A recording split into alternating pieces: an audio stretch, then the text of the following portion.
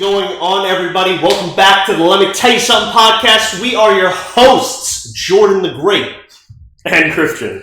And Christian, let me tell you something. Tell me. Tonight. For one night only. Exactly. Tonight, we have a special someone here. Right? Oh. This man is legendary. Legendary. Yes. Attractive as hell. Very pretty man. Great muscles. Kind of jealous. And he's just, yeah. Brother. What is this man's name? Actually, why don't we have this man introduce himself? That's right. I mean, I don't know if I can follow that beautiful Yeah! Guys, you're making me blush. My name is Logan. Logan's here. I think you guys I've heard you mention the name Yes, before. you guys have heard us mention Logan That's right. a number of times. I've mentioned him a number of times on my channel as well. Actually, did a response to one of your videos pretty early in your career, if you will, about cutting toxic people out of your life. Great video. We can. Tell us about that and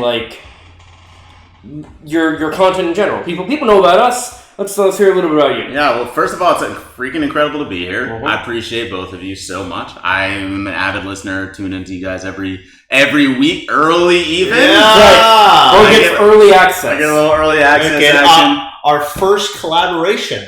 Yeah, true. I'm super honored, yeah. Honestly. I'm really honored to be here. Big thing for me is the self-improvement train, right. So that's what I like to do with my content in general, is help people level up in their life, physically, mentally, and very importantly, spiritually. So good stuff, man. Yeah, bro. It's all about moving the kingdom forward in a concerted way. I'm big on the relationship things. I'm sure we'll get into some girl stuff tonight. Oh, sheesh! I love that stuff, but also, nutrition, the gym, and then the mind, spirituality, etc. So I'm a Jesus believer myself, but right on. Yeah, so that's what I like to do with my content, just leveling up, baby. Come on now. But not in a toxic way, though. You know what I'm saying? No, I do, and I'll tell you, I remember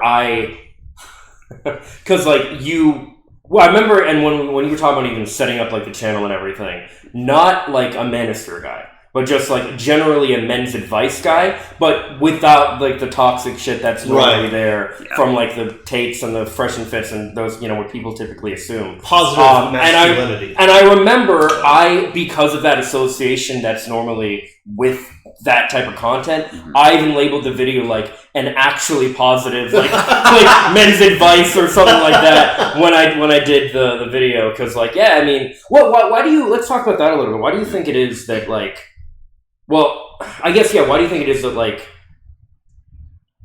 a lot of that advice becomes so hardline and toxic, and what do you think we can do to push that in a more positive direction? Yeah, dude. So I think there are a couple reasons. So the first one, I think, is just more surface level. So it becomes that way because that sells. For sure. So it's controversy. Right. Yes. It's appeal. It's they're going in extreme direction. I think that just makes it easier to sell. So that's okay, whatever. For sure. But also a big part of the second reason that I think runs deeper is that I just think a lot of people that come into the manosphere or whatever are coming kind of from a scorned background, bro. So they are coming from pain. I see that. Yeah. They're coming from pain. Yeah. And they figured out some way to kind of turn that around, so to speak. Sometimes they don't even, and they're not, but sometimes they do, at least surface level. So they're angry. They're angry. They actually, I don't get it. I'm do you guys do you like women? 100%. I ask myself that all the time, because there are these guys, especially when they'll have a bunch of girls that they've had, they've dated or they've hooked up with, whatever it is, and they're oh, it's not even fun anymore. I'm do you enjoy what do you mean it's not or they'll talk about having sex or spending time with their girlfriend as if it's a chore. I'm what are you doing? What? What are you? That part is insane. I don't get it. What? Man. Oh man. How much of it do you think is a level of this I guess I'd say kind of societal expectation that's put on men, where you have to be this domineering you have to have a girlfriend, you have to have like a wife, kids, whatever, even if that's and that stuff's put on women too in like the opposite way oftentimes. Yeah. But like I feel like a lot of that comes from those like those expectations that we as society typically put on men, and I think that you do a good job breaking down a lot of that and like talking about this stuff as like genuine advice, and I don't like would like kind of, I guess I want to say like speak against the more like kind of insane like you have to do this, you have to be this way, you have to like, what would you say about that kind of stuff? Bro, I'm glad you brought that up because this was actually like a big evolution in my own journey. So I would say, okay, it's actually similar to, and we've actually talked about this before. It's actually similar to like... We've been friends for years, guys. Yeah, so. we have been friends for years. So it's similar to like, honestly, like how health is treated, which is a weird thing to say. But like, okay, in the West versus the East. Okay, so like in their problems and their benefits and problems of both of them. So like in the East, they struggle to like get good data to go off of, so they don't go off as much as population data.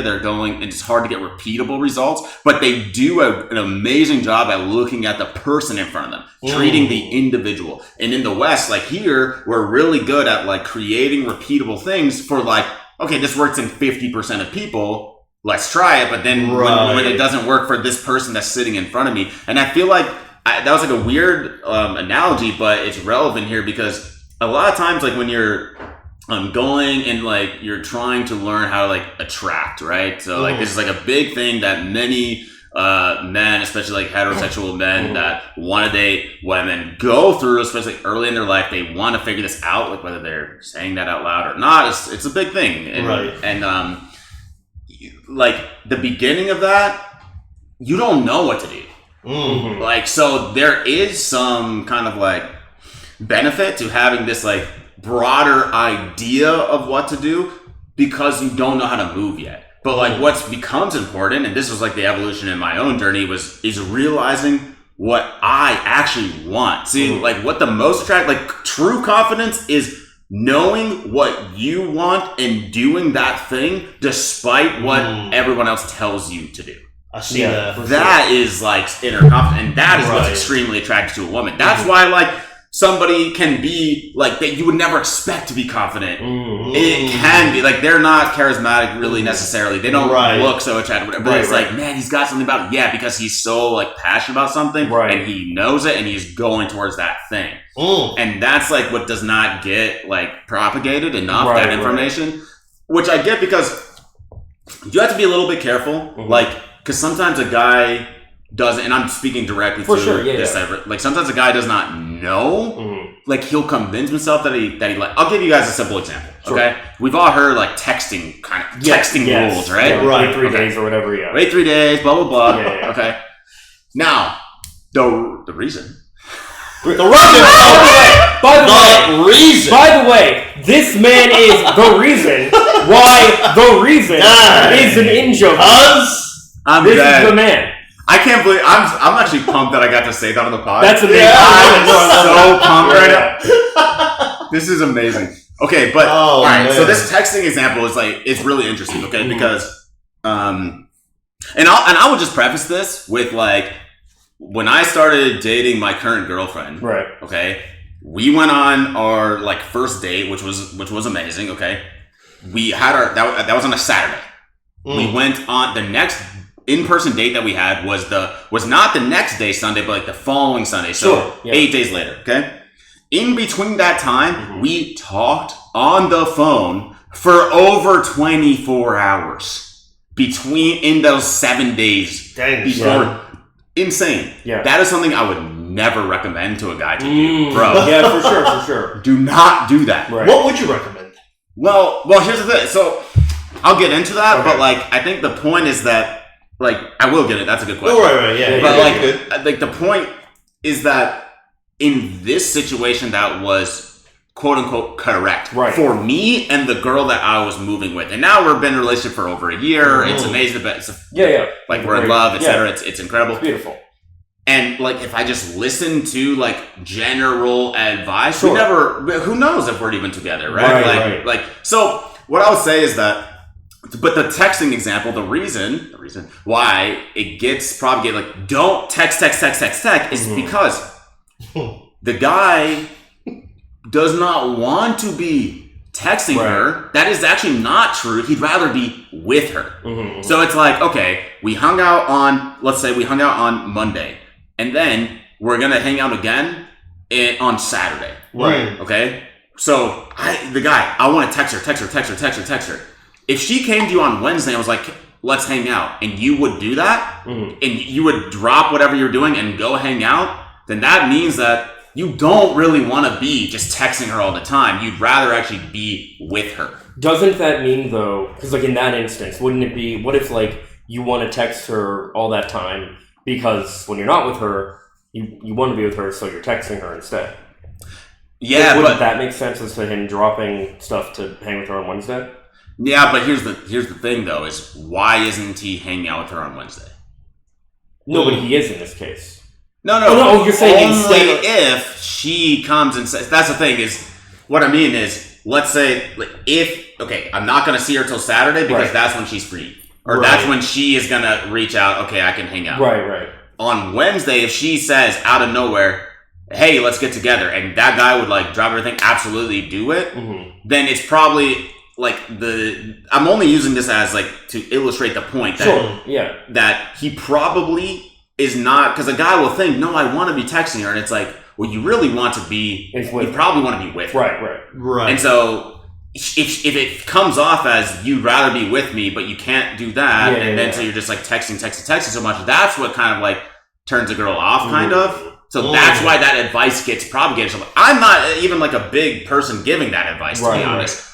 But that's like why that happens, because a guy will think, well, this is what, like you just said, well, I can't be with her. But why can't you be with her? Is it because she is dictating those like terms? Which is fine. Like, you guys both have your schedules. Yes, exactly. But if it's like, well, I'm also like very busy, I will not be able to see her till Saturday, then that could be different. Like, then you can, like, then, okay, like, but I can send her some text or whatever. But if he's like sitting by the phone all day long, just like, you're probably not doing so many other things besides just like making your world. And I always thought the reason that that you wanted that advice was given, as far as like don't text so much, is because it shows that you probably don't really have much else going on in your life, and therefore it's like, well, why is he like, if he has all this time, is he not doing anything, and therefore like he's less attractive, which makes sense because part of it, but I think there's a level also of like, if you like, there are people who are just better like in person, you communicating their attractiveness and like sparking, everything, and just like having a better time with that person in person than they are through text. They just can't really do that through text, so they just have a better time. So I could definitely see that being the case as well, where instead of like texting all the time, they'd want to just, just like have most of like, conversation and stuff in person or whatever. Yeah, for sure. That too. And here's the thing, backing up, by the way, I'm not actually saying that every guy should not, like, if hang out on Monday, the next hangout is Saturday. I'm actually not saying that don't text her Tuesday through Friday. I'm saying that the confident thing to do that is attractive is what you genuinely want to do. Right. So get to the bottom of that. And then that will, like, she will know that. But if it's coming from a place of neediness, that's when it becomes less attractive. That makes sense for sure. Yeah. So in this case, go ahead. And I also think there's a difference between like, a few texts throughout the day, throughout, multiple times a week, versus like you're responding every time she, like, right as soon as she messages, but like, because she's doing other things, she's taking a while to respond to your messages, not from lack of interest, just because like she is actually doing something, whereas you're like, you might be doing something, but you're also dropping everything like for her at the moment, and then you're like kind of investing too much or whatever, you know? So Yeah. it's like that can come on to like, I'm not ready for this level of like intensity yet. Like we're just feeling things out right now kind of thing. Yeah. There was something else I wanted to say though, but you go ahead with what you were going to move on with. Well, I mean, to that point, like, I think... Did you remember? Yeah, I did. Go ahead. So, like, and it might be kind of what you're getting at, too, what you're about to get at, but I think, and the whole kind of point of this is the example is there aren't, like, these hard, fast rules for, like, what you have to do. It's all, like, you need to find what works for you, which flows a lot with my philosophy of, like, we all need to find what works for us. And in that instance, like, yeah, you want to do what's genuine for yourself, and to that point, I think that's also a good example of when people say like just be yourself, because and we've talked about this before of like be the best version of yourself. Yes, thank you. I hate it too. Just be yourself. I hate it. Yeah, it is some of the worst advice. Really? Well, it's one of those things where there's the problem with a lot of like quick buzzwords like that is.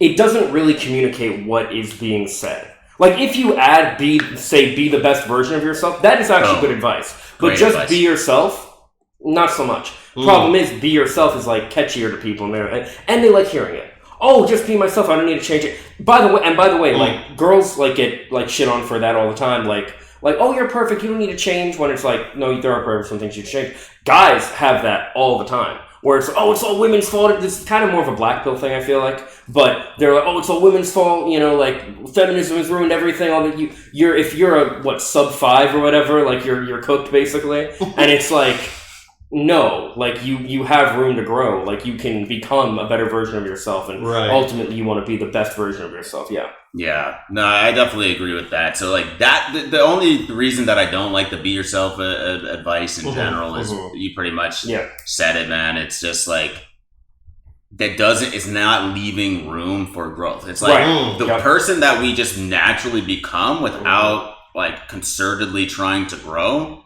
Why is it that we're so obsessed with being that person? That person that, you know, had like all these scars. We all are coming with scars, right? Like things that like happened growing up. So you want to be the person that like got bullied, failed the test, like and we think about like we put hyper focus on the negative things of our life. 100%. So it's like the person that we're just gonna naturally be without any work is that's not going to present. That's not who you want to be. Yeah, I think, and like so, you and I are big fans of Healthy Gamer GG, Dr. K. Love you. So I think he's done a few videos on this where basically it's kind of like this idea of like almost like chasing red flags, or at least not being afraid of red flags. There are a lot of relationships where they start with things that would commonly be seen as red flags, where they actually work out really well. I don't know if you remember like do you remember what I'm talking about? No, I do. Oh, you do? Okay. I'm so curious now. Something. So yeah, so where I'm trying to go with this is basically like, there are. So yeah, like I was saying, there's a lot of like hard fast rules of like what to and not to do like on a date or whatever. Like, you know, you might be in a situation where it's like, oh, like, you know, don't let her pay for anything, like, you know, whatever, and like you gotta like take control of like the whole situation, you know, whatever. And if you guys come to like an agreement, or like maybe she approaches you, you know, asks you about whatever it is, that's okay. Like it's okay for it to be those, and those aren't red flags, mind you, but those are different ways that I feel like a lot of those people might say are red flags. Like those aren't good signs for like I know a big one that a lot of people have is like a very hard fast rule a lot of people have is like if you guys like sleep together on the first date, that's like a red flag. It's like it's gonna burn fast and like fizzle out, and it can 100% if like you're like only focused on like that raw passion and you don't like work to build a relationship together, for sure. But I believe with things like that, like you should go at your own pace in all stages of the relationship. Like there is no wait 3 months to say I love you, wait a year to move in, wait whatever. Like if it feels right in the moment and you guys are in agreement, I think you should do it. Now I think there are levels. Like I don't think you should get married within a week of like knowing each other or something, but like, or even move in together like super quick. But you have your own timetable and you don't have to follow these like hard rules of Yeah, everything. I feel like that's what a lot of this keeps coming back to, is the whole rules thing. Yeah. It's just like rules make things faster, easier to understand, to move quickly. Yeah. But then you got to find your own groove within that, Right. and what you actually want to do. I know plenty of guys. Like one of my friends is great with girls. Big texter, loves it, and it's like rare. Every once in a while, it's turned to a girl off, whatever, and he's like, okay, fair enough. But most it's not a problem for him because they can feel it, which is weird. Yeah, they can almost feel it through the phone. So that's my whole point, is do the thing that is genuine to you for real. So for me, I did text quite a bit before, but it wasn't so genuine to myself actually. So I had to learn. Okay, so I did have to go through this kind of painful period of not doing that as much, which feels weird because you're like, what am I not doing? I'm not texting because I'm following some rule, which is dumb. Yeah. It does feel unnatural, but then I realized, wait a second, this is actually better for me. I have way more space to do the things that I'm a big on my purpose person for sure. But so I don't know. What do you think about that, Jordan? Well, so first of all, I was gonna say, so this doesn't just become the Logan and Kristen show now. I do want to.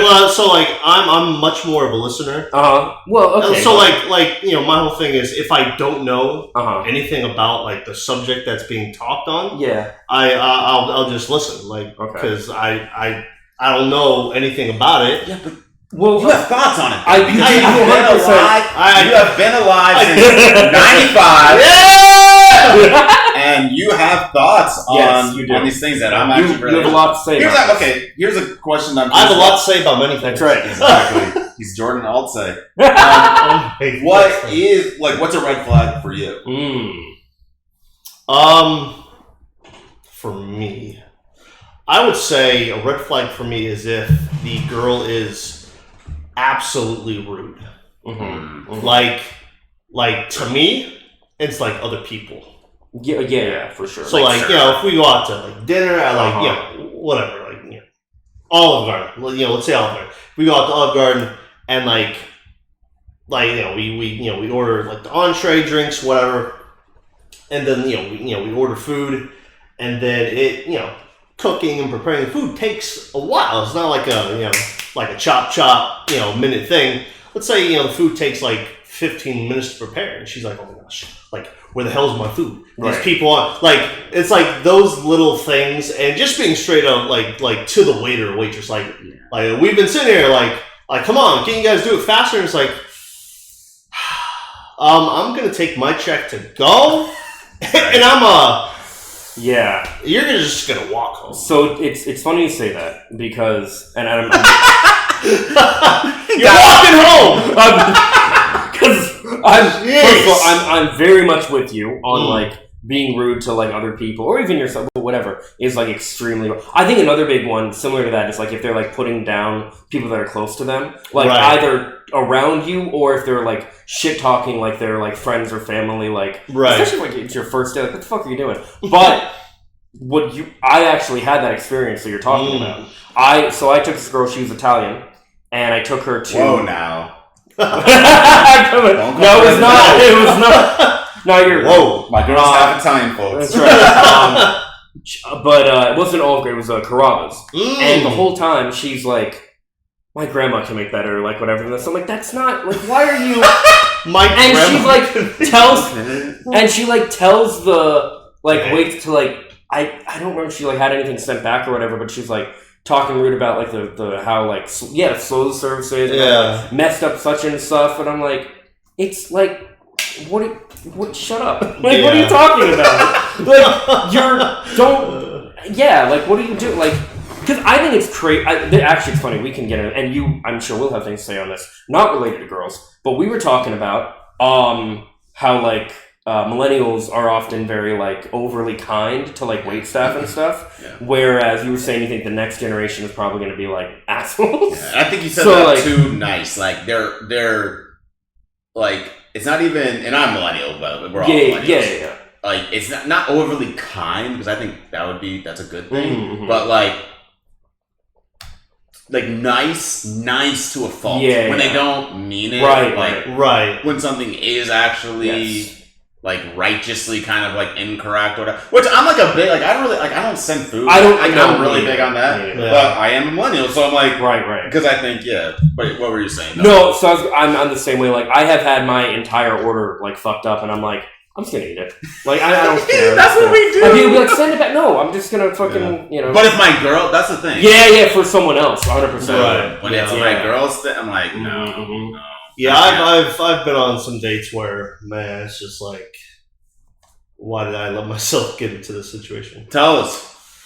Give us a story, bro. Like I want to hear. Yeah, I'm interested. Well, so this happened shortly before meeting you guys. Okay. We're on Facebook dating. No names, by the way. And no, actually, I don't even know. I forgot her name. Like she just that's fair. Yeah. But so I went on a date with this girl, and she was pretty. Like she was very pretty. I was like, "What's up, Sean?" And so Jordan's black. If you guys didn't know.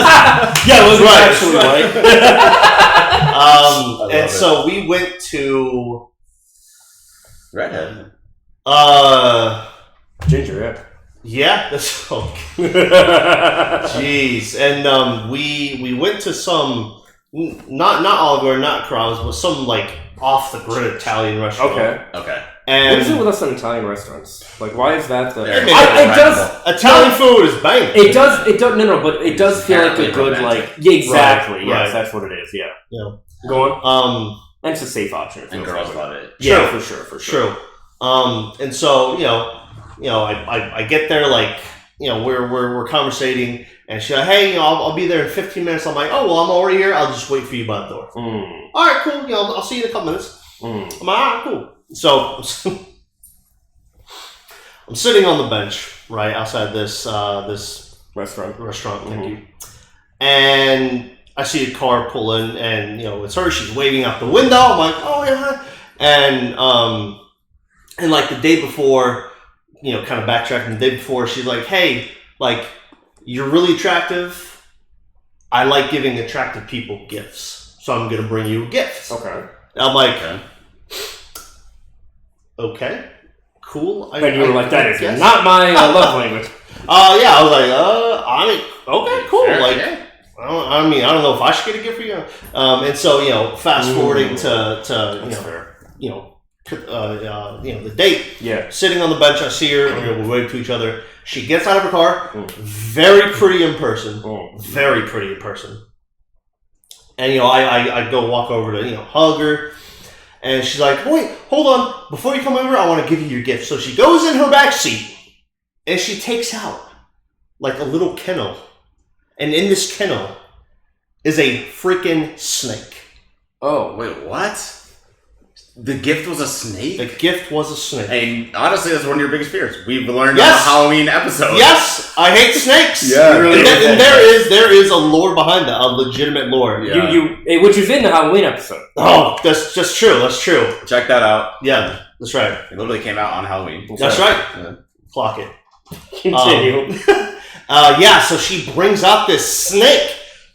And I was in the process of walking to her because I'm like, whatever, I'm gonna give you a hug. I saw the snake literally without not even. I was walking forward and I started walking backwards. I was like, no, I'm good. I walked all the way to my car, and I probably shouldn't have done this, but it was just like on the spur moment. And I just got my car, started up my car, and started driving. She's like, wait. I drove away. Yeah, I just drove away. I mean, But then like that, I wouldn't want someone doing that to me.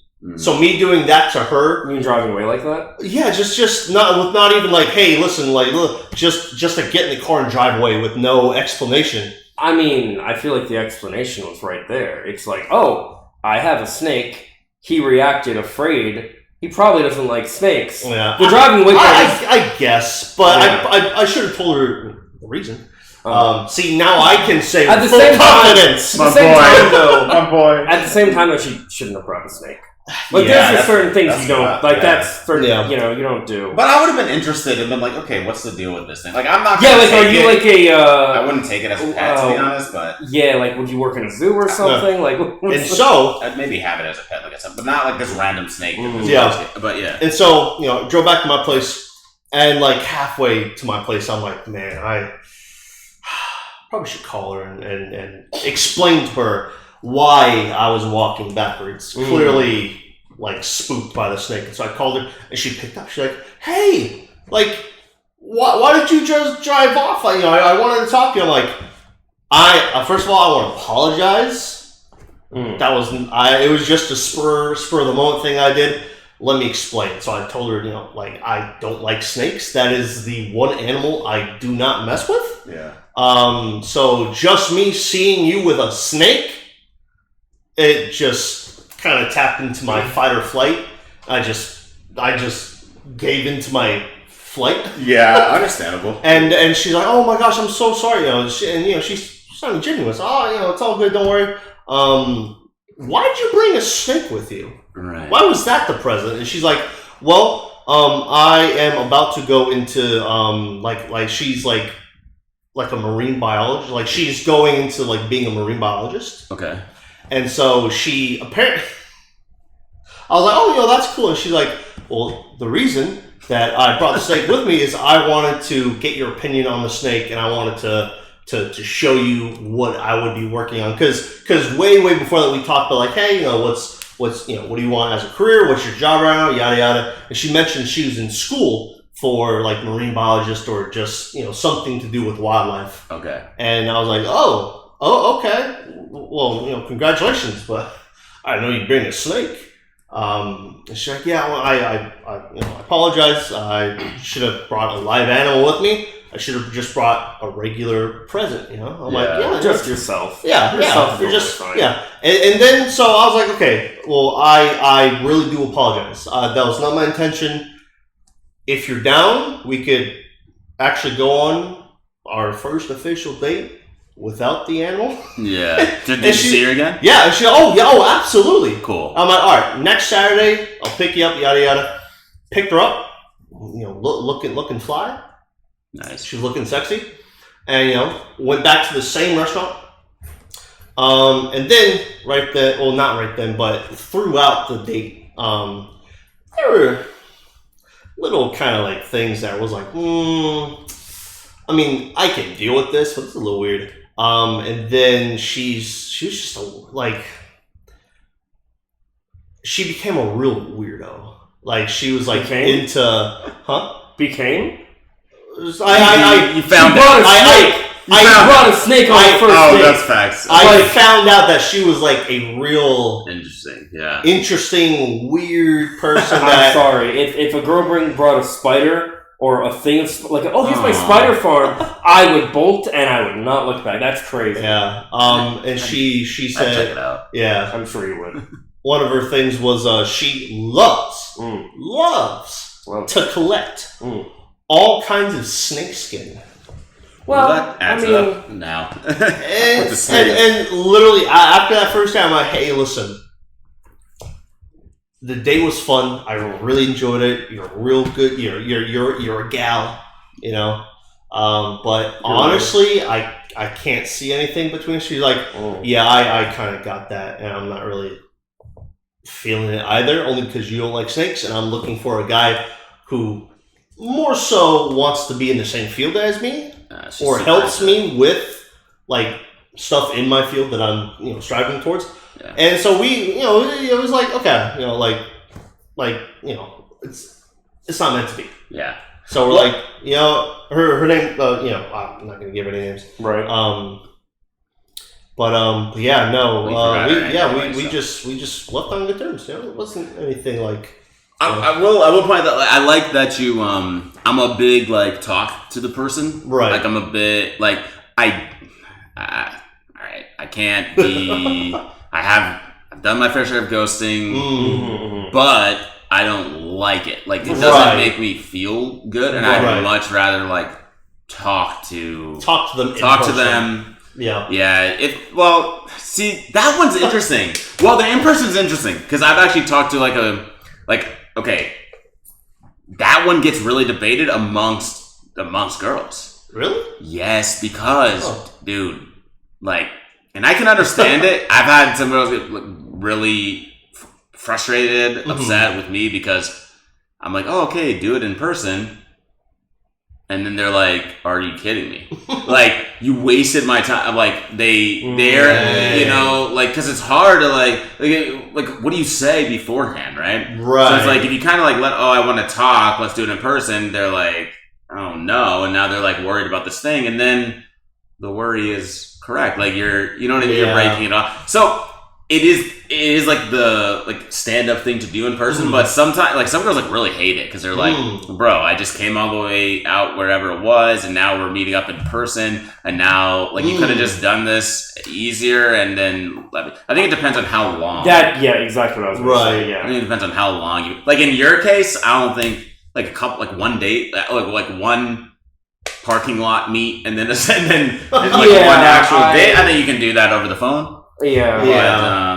Or at the end of the date or whatever. Yeah. But a phone call or a text about I can't do the snake. I think I said, I would have pulled an like that. I think in all honesty, I would definitely back up and be like, why do you have a spider farm? Or why do you have a snake? Whatever. What's the deal with this? And she'd explain okay, I don't like that. I don't like those. Can we not have that and just go on our date? And if she was like, yeah, okay, we'll give it a shot, I'm probably going to be thinking about the spiders crawling around in her car or whatever, the snake slithering around or whatever. Yeah. But if we do and things go well past then, that's nice. If we have an experience like what you had, I wouldn't actually immediately just run away, but I would definitely be on guard. That would be a red flag, I guess you could say. Yeah. But I will say that would be, I think, a legitimate reason to ghost if you did want to ghost. Yeah. Why did you ghost? She brought a snake to our first date. Yeah, understood. Yeah, I've been ghosted once. It was not I didn't like it at all. Yeah, no one does. Yeah. Because you guys obviously know the reason, or the actual story, and for the longest time I was like, "Is she dead? Did she get killed? What happened? Is she okay?" And finally, got a hold of her. I'm like, "Hey, listen, genuinely, what, are you okay?"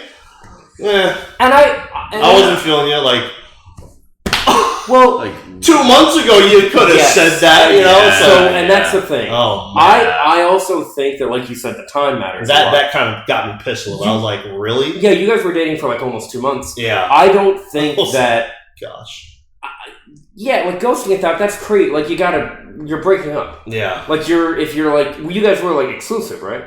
Yeah. Yeah, so that's you got to have a conversation about we're not together anymore. That's crazy. Yeah, that's crazy. And I think that is fair for in person. But if it's a week or whatever, and a simple text of hey, I don't think this is working out, all the best kind of thing. Yeah. It is what it is. Yeah. So speaking about that, and that kind of leads into being more direct and stuff like that. So something that you and I are big on is being direct with women, both when initiating attraction and all that stuff, and also being direct in the relationship itself. Mm-hmm. Do you want to speak on that at all? Yeah, dude. So the initial has pros and cons. Mm-hmm. So I would say it really depends on you and where you fall in the pros. Okay, so, and Christian, bro, edit this out if you don't want me to say this. Oh, Jesus. But no, it's nothing bad. Right, but I'm just gonna talk about you, bro. Yeah, please, go for it. You, for example, your biggest struggle in when you're starting to talk to a girl or whatever is she doesn't know. This is what you she ends up doing a thing where she doesn't understand that. Yeah, I don't know how to communicate my intentions. 100%. Yeah. Yes. So like you would benefit from some directness. So that's like one of the pros to being direct is that she's going to know. Now, like obviously, like there's pros and cons. Like direct is faster. You can get to the point quicker, and if it's a no, then that's also one of the benefits, right? Like if it's gonna be a no anyway, then may as well get that out faster, and then you can move on to like somebody else who is like better for you. For sure. But like then there are pros to being more indirect, like in the beginning as well, right? Where attraction can build. So and especially like if you're somebody that like really likes to build attraction through personality and the things that you say and those types of things as well, then like being indirect can also be helpful. But in a relationship, I don't think there is so much room for covertness.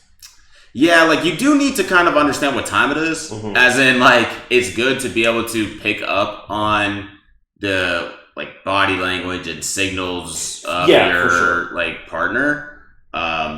So in that way you can have some covert communication like over time, but I really do think that being direct in a relationship, communicating overtly is a really good idea. And you can kind of bring your partner, you can help them understand that like that's also, because like a lot of guys too are not so good at the covert communication.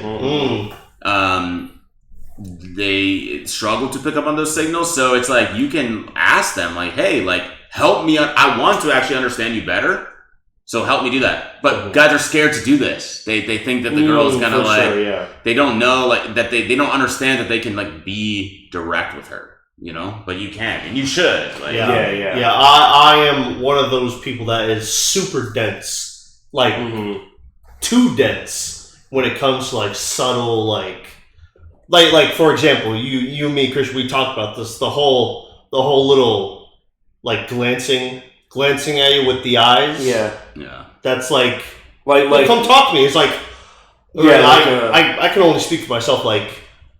Like to me, you're just looking at me. Maybe a second time. Yeah. Like in my head, I'm not. Oh, okay. So now I need to go talk. Now I need to go over there and talk to her. Right. Like I'm dense when it comes to that kind of stuff, and I wish I wasn't. Well, and that is a skill. You can build it. You can get better if you want. Yeah, I think what's difficult about that is like, so there's a few things. One is that like, you look at people all around when you're like walking around or whatever, like, so like, I think it's like difficult to tell what is just a look of like, you're just looking, like you're just looking and seeing, they happen to like see you or whatever, and what is like intentionally like shooting you a look, you know what I mean? So I think that's part of it. But I also think, and this is something I would love to speak out with you as well, Logan. I think there was a well-intentioned concerted effort in like the mid-2010s to push against a lot of like, creepy and like really pushy negative things that guys were doing when it came to like approaching girls or sometimes even hooking up with girls, all kind of different things, right?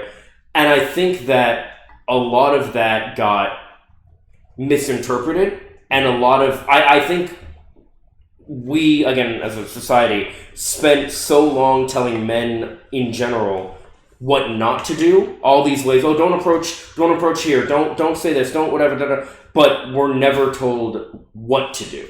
Men were never told what to do instead.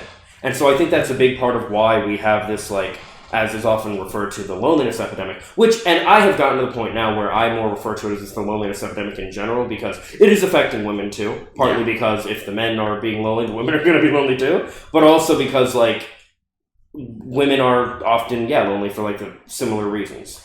I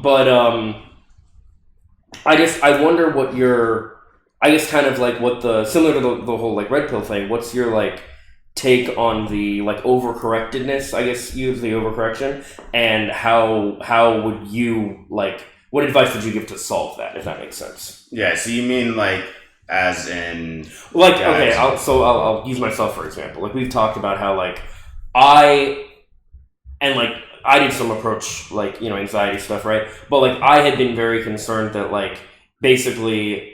any girl you go up and talk to, like, unsolicited, you go and approach any girl, like, they're going to think you're a creep.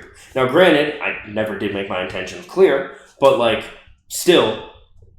There's this thought that like a lot of guys have, myself included these days, that like if I even talk to a girl that I don't know or whatever, especially that I find her attractive, and God, especially if I flirt with her or something, I'm gonna like get the police called on me, or I'm gonna end up on social media or something, you know what I mean, for like a TikTok, look at this creep, you know, kind of thing. So like what do you think? Because I think that, and I think a lot of it really does come from a place ultimately of also just not wanting to make women feel uncomfortable. And I think what you have is you have a lot of like genuinely well-meaning men who don't want to make women feel uncomfortable, and so they think, well, if I approach her, I'm going to make her feel uncomfortable, so I'm just not going to approach. Yeah. And then you have the guys who are approaching still being the creeps are still the only ones who are approaching because they don't care about that.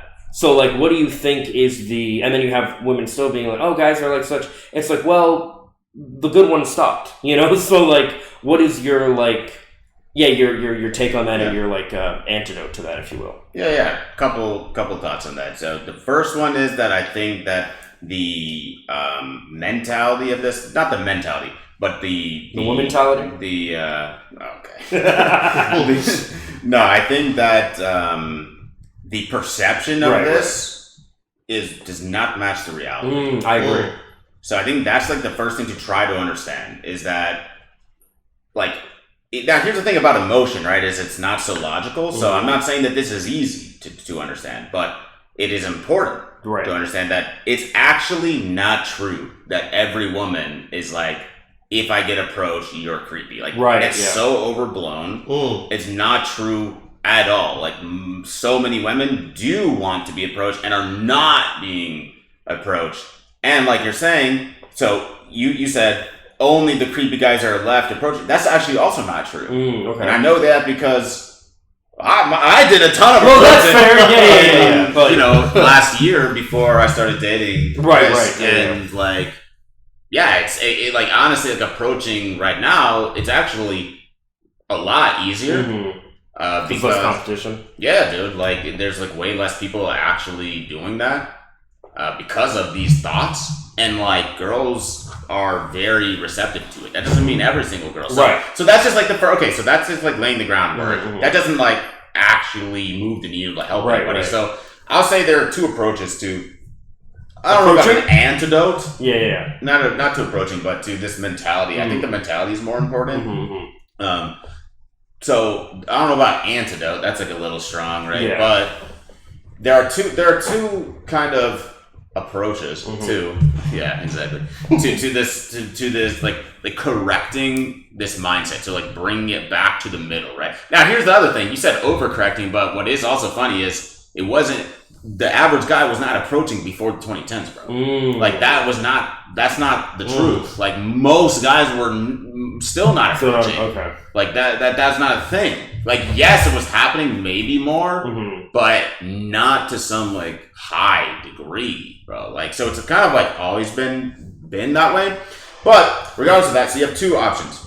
One, you become more like adapted to rejection by volume. So you just approach more anyway. Okay. Now, I think that one, by the way, just, you know, spoiler alert, 1 and 2 can be also combined, and I think they should be combined, but they could, on the extreme, kind of like work on their own approaches, but I don't think they should be separated. I think you kind of combine number 1 and 2. So number 1 is just approach more anyway, and find out the fact that women are not calling the cops on you. They're not slapping you in the face. Like, this is actually not happening in reality. Yeah. The vast majority of the time, this is not happening, and it's actually like a pretty solid interaction, especially if you go and do, and this is also one of the benefits of doing like a more indirect thing where you're just like trying to like have a conversation or whatever, and maybe start there. Like, instead of like going up and immediately I'm trying to get a date, it's like I'm just gonna go and like have a cool interaction with somebody, like, see if I can make somebody smile, you know, like see if I can brighten their day. Go in with those intentions. Those are hard. That's hard to like actually believe for yourself, but it would be a good way to kind of like start to understand that women are not so scary. And Christian, you saw this. Like when you did the approach, you were like, wow. Now you still like had anxiety around the thing in general, but you went out and you were like, wow, like I actually had quite a few good interactions and people seemed receptive. Like you saw this happening more often. Now, any negative experience is going to overshadow those because of how our minds work. But I will say, like I do, even to this day, like I think about some of the really positive experiences I had where like I had like 2 girls that were like, oh, like, you know, do you want to, I said I was like, I think I said I was like meeting you, Jordan, like at like Starbucks or something. They're like, oh, like, you know, do you want to like come with us? Like, we'll wait with you kind of thing, right? And then I had this other girl who, she was leaving and she was like, oh, I'm actually like leaving. Like, we can go like do such and such. Like these girls basically like kind of asked me out in a way. Bro, you got an instant date. That's what they call it, right? An instant date. An instant date. Let's go get some Instacart or whatever. Yeah. And my dumbass, you talk about like not seeing, like not noticing signs. Like, bro, I was the meme of like 5 years, 10 years later. Was she flirting with me? You know, well, see, and then all it took was just attempting. Yeah. That's all you did was step number 1, right? Yeah. It's just like doing it more. And honestly, you will desensitize over time. So that is what, like, if a guy could conquer the rejection part, he's good. Yeah. I will say that. That's not easy to do. That's difficult to do. So but I think this is important also to think about, like, because you remember, like, a lot of, like, the PUA, like, kind of people that would, like, deaden themselves to rejection by doing, like, crazy shit that was, like, what the fuck are you doing? Yeah. Like, there's where do you find that line, that balance between, like, not deadening yourself to rejection to the point where you're, like, you've deadened yourself to, like, all social cues in general, and you, like, don't care about, like, her response to anything, versus still caring and, like, treating her like a human being, but also not being, like, overwhelmed by, like, a negative reaction. Yeah, so here's the reality of that is that, so you go in with the mentality of you are still going to be yourself. Right. And you're trying to be the best version of yourself, not just be myself, bullcrap. I'm not okay. But anyway, you try to go in as a person, treat her as a person, the deadening, quote unquote, but the resistance to rejection that you build will grow on its own over time. Most guys do not spend enough time doing this to actually feel that effect happen. It will happen on its own. You don't have to do a crazy thing in order to like this will happen on its own, but most guys don't approach it, put themselves in like a situation because like being rejected by a woman is like one of the scariest things for men. One of the scariest things for men. Right. Like that is like a huge fear that's pretty much universally felt by heterosexual men. Gonna be scared of getting like rejected by which makes sense. Like I can understand why that is. But once you understand the reality, that's not that big of a deal. Right. Like you're still alive. You get to try again. Like it is N64. Like okay, game over. All right, let me retry the level. Like like you're good. Yeah. And so that's the thing is you don't have to strike that balance as long as you still try to like be a human being and understand that you're talking to a human being and then you're good. Yeah. Like that will happen on its own. But it comes for different guys, it comes at different like amounts of time, different levels of volume. So you have to just keep going until it happens for you. And it doesn't mean it's gone forever. Right? Yeah. It just means that it just becomes a thing where you can actually like capitalize on that feeling. It's like I love giving speeches. I love like being the best man at a wedding, giving the wedding speech, like one of my favorite things to do. Okay. Still get like heavy nerves before that, but I'm like, this is it. Like it's important to me. Like it matters. Yes. And so it's like you can kind of like use it as a catalyst to go do the thing instead of letting it like push you back. Easier said than done, but it will come automatically with volume. That's the thing. If you continue to do it, you will get into that zone. So, and that's why, like, it's just harder to unlock. Yeah, because, like, most guys, they're not going to do it. They're not going to just go approach if they don't feel like they should. They're not going to. So, it's really hard to, like, unlock that in somebody. But if you can, bro, you're good. Like, volume negates luck every time. Like, that will work. Yeah, no, 100%. I think that and what you were saying, like become the best version, be the best version of yourself. I think like the ultimate thing to do, and this is very much what I'm trying to do, is become the best version of myself, or at least a better version before I even start trying again. Yeah. Go ahead. Well, I'm just saying, this is you're getting into like approach number 2. So I said there are 2 approaches. approaches. Okay, so go ahead, approach number 2 then. So there are 2 approaches, but honestly, go ahead and finish first. Okay. I'm curious what you were going to say. Yeah. So I was going to lead that into like something about the you said 50-50 as far as like what works for 50% and not 50%. I think we talked about before it was like 60-40 or whatever, but that's not important. What is important, what I was going to get into, is how like the reality that, and I know this is something you very much believe as well, you will never be attractive to everyone. Right. You will always and the reason that a lot of that like red pill, like, oh, you have to do like these hard set things work, quote unquote, is because these guys execute them and get like results 60% of the time. Yep. But that other 40%, they're not getting those results. Now they're not caring about those results. They're like not worried about them.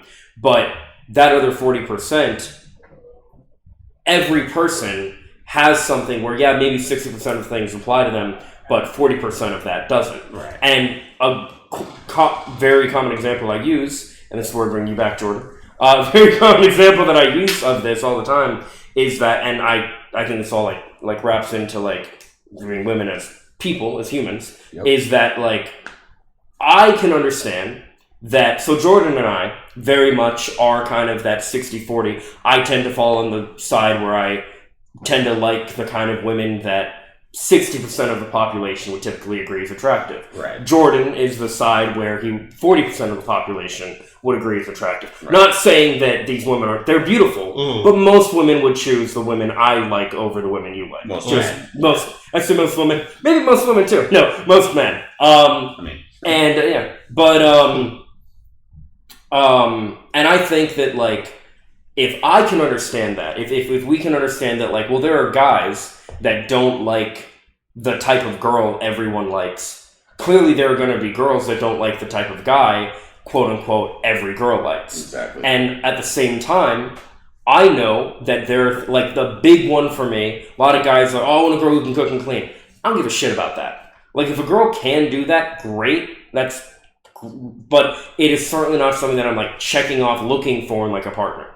Yeah. That is something that like 60% of guys would. But me being the 40% here, I don't give a shit.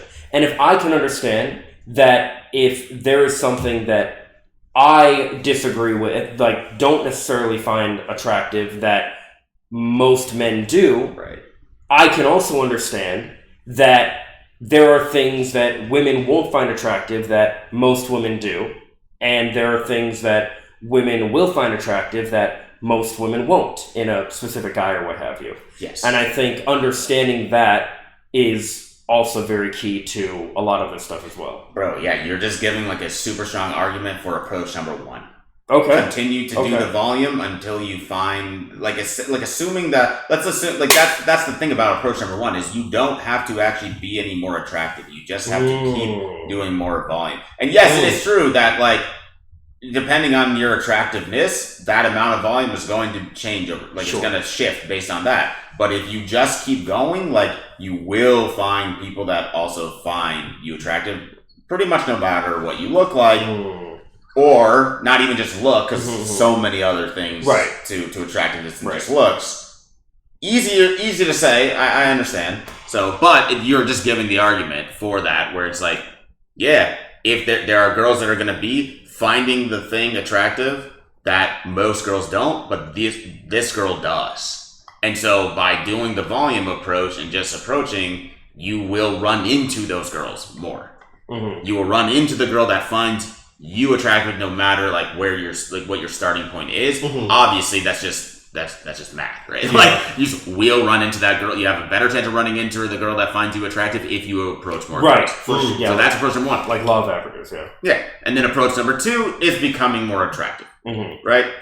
So some guys want to like become the most attractive version and then it becomes easy, right? That is true. Like, it starts to get easier and easier. The danger is waiting. Waiting. What defines I'm attractive enough now? And, like, guys really get into this cycle of, like, and then they're just waiting forever to become... What does that mean? They're becoming, I'm going to become, like, my best... No, you're not. Like, you're not going to become the best version of yourself until the last day, in my opinion. Like, we're trying to, like, continue on that journey. So what says that I can now approach? I think that's, like, one of the big keys. The general you, like, you need to define this is enough so that you don't move that goalpost once you hit that. Right. And, like, you can get in this trap of waiting and waiting and waiting forever to do approach number one. When guess what? Like, approach number one would have been worked. It would have been worked. But, and I love getting on some, like, bro, like, when the grammar starts going on, I'm a grammar guy. Like, it's concerning when the grammar starts going off. I'm getting hype on something. But for real, like, that ish would have been worked if you did approach number one was way more effective than approach number two. But approach number two, I think, like, as a man, as a person, women too, like, going towards attractiveness, and, like, you guys know this about me, but I'll tell them, like, I don't view that as just, like, physical or surface level. Right. I mean attractiveness overall, like, all the parts of your life. So spiritually attractive, physically attractive, emotionally attractive, mentally attractive, financially attractive. These are all areas of attractiveness over that make up the entire picture. It's not just like a simple thing. It's not just one thing. It's not just one thing. It's not just looks. And it's not like for me, it's not a vain thing. I get that many people see attractiveness as just like a vain thing, but I think it's like think about that word, to attract. Like, you know, the sun has an insane attractiveness to freaking have planets orbiting it, right? Yeah. So it's like, I see it as the pull of other people to you. You're attracting them to you, and that's the overall picture. So we should all be on that journey to continue to up that over time, and that is what approach number two looks like. But you just don't want to fall into the trap of waiting too long. I'm trying to up my attractiveness. But I never do approach. Approach number one is way more effective, way faster. But you should still combine it with approach number two to become the most attractive version, the best version of yourself. Yeah, I like that. That's really good. One thing that I want to touch on there too, and I think this is really important. You said, like, you know, attractiveness is not like vanity. So, like, I've talked before about how, like, and I think you and I have made jokes, Jordan, on, like, the pod and stuff about, like, you know, I'm vain or whatever. I care so much about, like, my appearance. You are, brother. So am I, folks. So am I. Yeah, no, I was gonna say Logan and I are very like, many people would look at us and say, you're so fucking bad. I mean, no, it is to the point. So, like, bro's staying here for, like, tonight and part of tomorrow, and he brought, like, 3 bags with him. But, like, I'm an overpacker, y'all. Years ago, we went to we went to Orlando with you remember this, right? With our buddy Patrick, and so Logan and I show up. I thought I had, like, too much. I had like a suitcase and basically like a duffel bag or something. Then Logan shows up. Look at you two. And he has like 4 different. We were there for one night, and the morning, and my butthole, and then we leave, and then it's like, I mean, we left at night, but we didn't sleep another night. Like, it was crazy. It was hilarious. I had like 4 bags, y'all. Yeah, it was hilarious. And you had like the steamer, right? The steamer, yes. I was like, he's gonna call me on the steamer. It was amazing. No, but I love that. I want to get that so bad. I brought it. I brought my steamer now. Okay. Yep. Oh my god. The steamer is life, bro. Yeah. I need to get that. Hashtag steamer's life. That's right. Coin it quick before somebody else does. I need to get one of those. They changed my life, dude. No, iron? Are you kidding me? No. Say what? Iron, bro. You know, that's one thing. But also, like, steamer's so fast. Yeah, well, and I imagine you can do it, like, while your shirts are hanging up too, right? Yeah. Like, you don't. Yeah. So, like, fuck yeah. There was got it. Tell me how vain you are. Oh yeah. Yeah. You're so vain. It's a good song. I love giving this. I probably think the song's about me. I love it. So, like, basically, it's a really good reframe. of explaining that like we were talking about this where like why like my appearance is important to me, and you're like that's not vanity, like it's self-esteem. Yeah. You know, like, and that's a big, and I think most people probably do fall into that category where it's you're really not being vain. It's just like your self-esteem, for better or worse, is tied to your appearance. Now you don't want to get that one like, factor, huh? It's one factor, yeah. Yes, and it can be a large one, and that's okay. That's okay. Yeah, exactly, and it's good to like have room for all that too. Yeah. Now it can get away from you, of course. Yeah. But like you can have a healthy level with it. I think like when it gets away from people is when you have like especially a lot of these like stars in Hollywood and stuff that are like obsessed with all the like body modifications and like Botox and like lip injections and the like what they're not called like ass implants. Like what are they? I wanted to say like fake ass, but like there's a name for that, right? The butt implants, BBLs. Is that just BBL? Okay, I thought BBL was like a specific thing, but no, it probably it is. Yeah, it is. Yeah. But regardless, first of all, Botox is preventative. Yeah. So, you talked to him about which that. I have not done it yet, but I actually like want to get Botox. So does it like prevent your face from like sagging or like? Yeah, like it prevents the wrinkles, prevents the like keeps the lift, whatever. Like especially if you start getting it, so you should start getting it before you need it. So the advice is like when you hit your 30s, which I'm already 31, so like I should have already started. So I need to start sometime soon. So don't come for Botox, my guy. Botox is if you don't go. Now I do understand what you mean by like going overboard. Yes, with that you know stuff. what? Yeah. I definitely know what you mean. Right. I definitely know what you mean. Yeah. I gotta talk about this real quick. Okay, so I'm like the audience probably doesn't know. So I'm a light skinned dude. So I'm mixed. Like I'm black and white. Okay. And which you probably would never know by my voice. That's not maybe you do, but it sounds white. Like I have a white voice, I guess. But not I guess. I definitely have a white voice. They'll know when they see you when they go to your channel. My boy, you're all gonna do that, right? I love my boy plugging. That's right. But dude, like there's a song, and it's like, man, I know it's Jack Harlow. Sorry, I forgot the other dude. And the name. I forgot the other guy's name that's in it. They do it together. It's called Backstage. I think it's called Backstage Passes. Okay. And I was like, bro, do not look it up right now. All right, fine. God damn, bro. I wanted to give the other. Anyway. No, you can if you want. But the thing is, I was like, dude, this is like in a vain way, definitely in a vain way. I was like, the absolute plight of a mixed man. We don't know what we want. Like the black guy is like saying like that he's put the back shots and the titties. He's like, I be building hoes. Is what he says. So he'll like pay for their surgery to get the butt, get the tits, whatever. And then like Jack Harlow, of course, comes. He's like, me though, I like natural. Like, and I was like, bro, I don't know which to choose. I'd be in the song like, yeah, build up, no natural though. Like I would like that is the plight of the vain light skin. Like the vain biracial guy does not know. We're like, do we want the Hollywood lip injections or do we want like natural? We don't know what we want, bro. We were confused at birth. We're like, I'm fast, but I can also do my taxes well. Like, oh my god! Oh my god! Dang! That's funny. I think it's East G. Or established G, it's ESTGEE. Okay, yeah.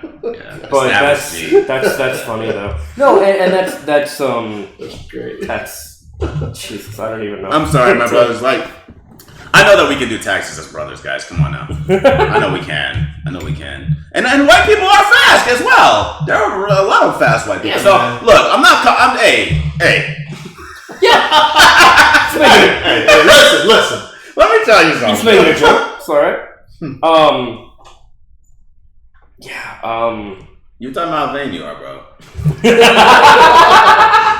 That's like, you're gonna keep me like tell the folks how vain you are. I love saying this as like I'm super vain as well. So. No, that's the funny thing. It's like, well, and I think that was one of like the first things that we we like kind of bonded over, like when we first started talking, because like I remember like one of the first things I was like, you're wearing Chelsea, so I was like, oh, I like your boots, man. He's like, yeah. I was like, I'm like, where'd you get them? Like, we The started talking talk about shit. between two vain people. That's right. Yeah, is fascinating. yeah. It's We love fashion, baby. That's right, man. Yeah. Yeah, Dude, out in Paris, I was getting some drip, bro. I bet you. Oh, yeah? I had to bring back some Patagonia? dude, like just the Parisian style. Parisians? Yeah, like that's like somebody from Paris, you know. Their fashion sense is like it depends on what you like, but man, they got some good stuff. Is there. Dior from Paris? I don't know. Maybe Feels it like is. it would be, but I mean, it sounds kind of Yeah, it like sounds French, yeah. Yeah, I'm not gonna lie to you, yeah, but us arrogant or not ignorant Americans. Oh, it sounds French. that sounds. They're gonna be like that. You idiots! It's actually like Italian or something. Sorry. My bad, dude. Yeah. I hope Riss doesn't listen. My girl will be on my butt for this. Bro. Dude,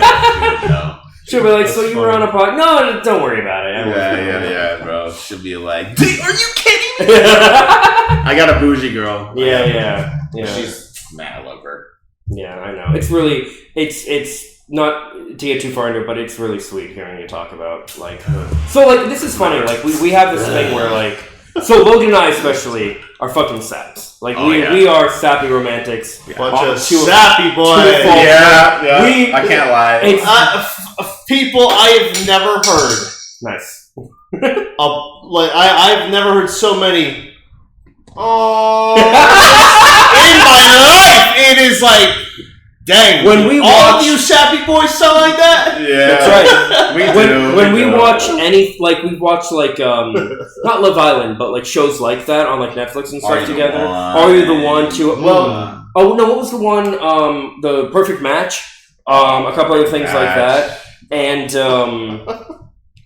Chris Rock's, like, you know, Too Hot to Handle and stuff like that. But I think, Jordan, you watched, like, the first season of, Love is Blind. I didn't really care for it, but anyway, what I was getting at is we watch shows like that, or we watch those like dating shows like David Alvarez, Jubilee, stuff like that on YouTube. YouTube. And they have like these sweet moments, and Logan and I are over there going, "Aww," So and Jordan's cute. like, "What the fuck?" He's like, so cute. "Yeah, oh my god, that's so." Yeah. And that was crazy, especially because like we have similar, not like we definitely have different things we find attractive about women. Like Sure. you like sharp features and stuff. I tend to like softer features. I want to cut my finger on their cheekbone, dude.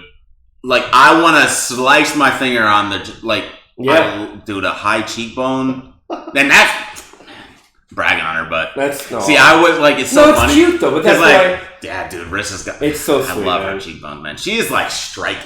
Yeah. Like it's. By the way, oh, You I have to okay? say, No, I'm not So okay, no. dude. She's striking, bro. No. So I want to. By the way, this is something that I think is something that really sets you apart from like the typical like dude bro, like red pill, whatever kind of guy. You are very open about like your love for your girlfriend, Oh. and you're very open about like your love for women in general, which is like such a beautiful thing. Because like a lot of these guys, like you were saying, like, do you even like women?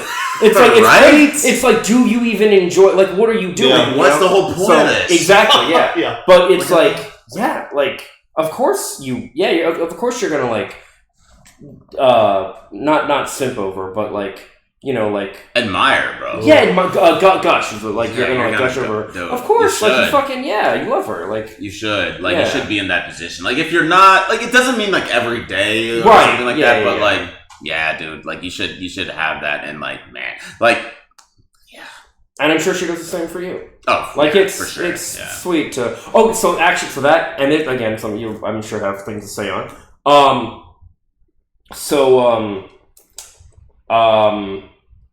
I believe is your love language is your highest one words of affirmation. That's No, quality close. time, right? Yes. That's right. So yeah, I believe yours is. Ooh, let's try to guess each other. That'd be fun. I think yours is so quality time, words of affirmation.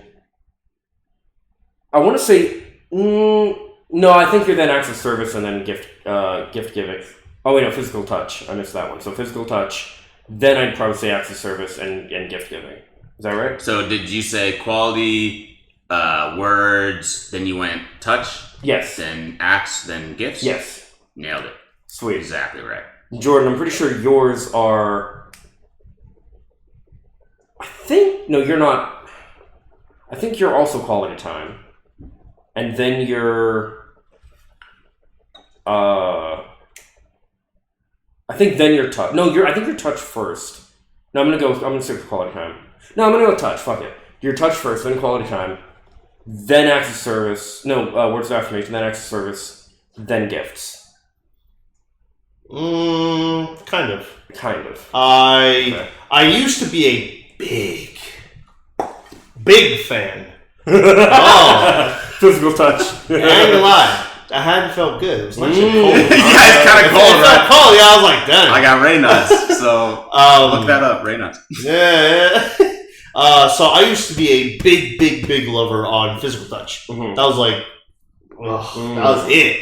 But maturing and getting older, I've realized that my love language that I care about the most is quality time. For me, it's quality time, Interesting. then physical touch. Okay.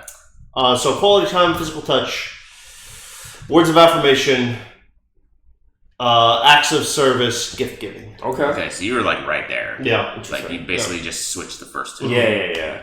And Christian, Do you guys know my order? so words of affirmation. Gifts is last. So I did a weird thing, but gifts is last. I like that. Then we have physical touch is second. Quality time is third. Acts of service fourth. That's what I would say. Jordan, what would you say? That means I got it wrong, guys.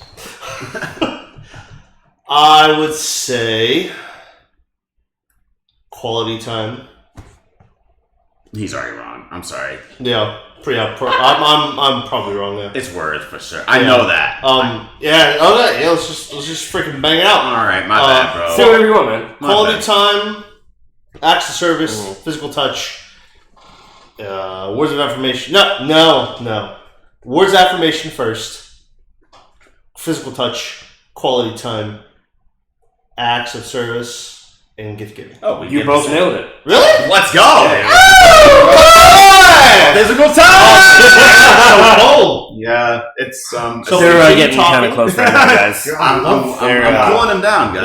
Yeah. Wait. Yeah, I I'm mean, heating him up, but also cooling That's him right. down. Okay, so literally every time I come over here, I literally soak up the coldness from his couch. Right? It Because gets- I'm just not that. I hate heat.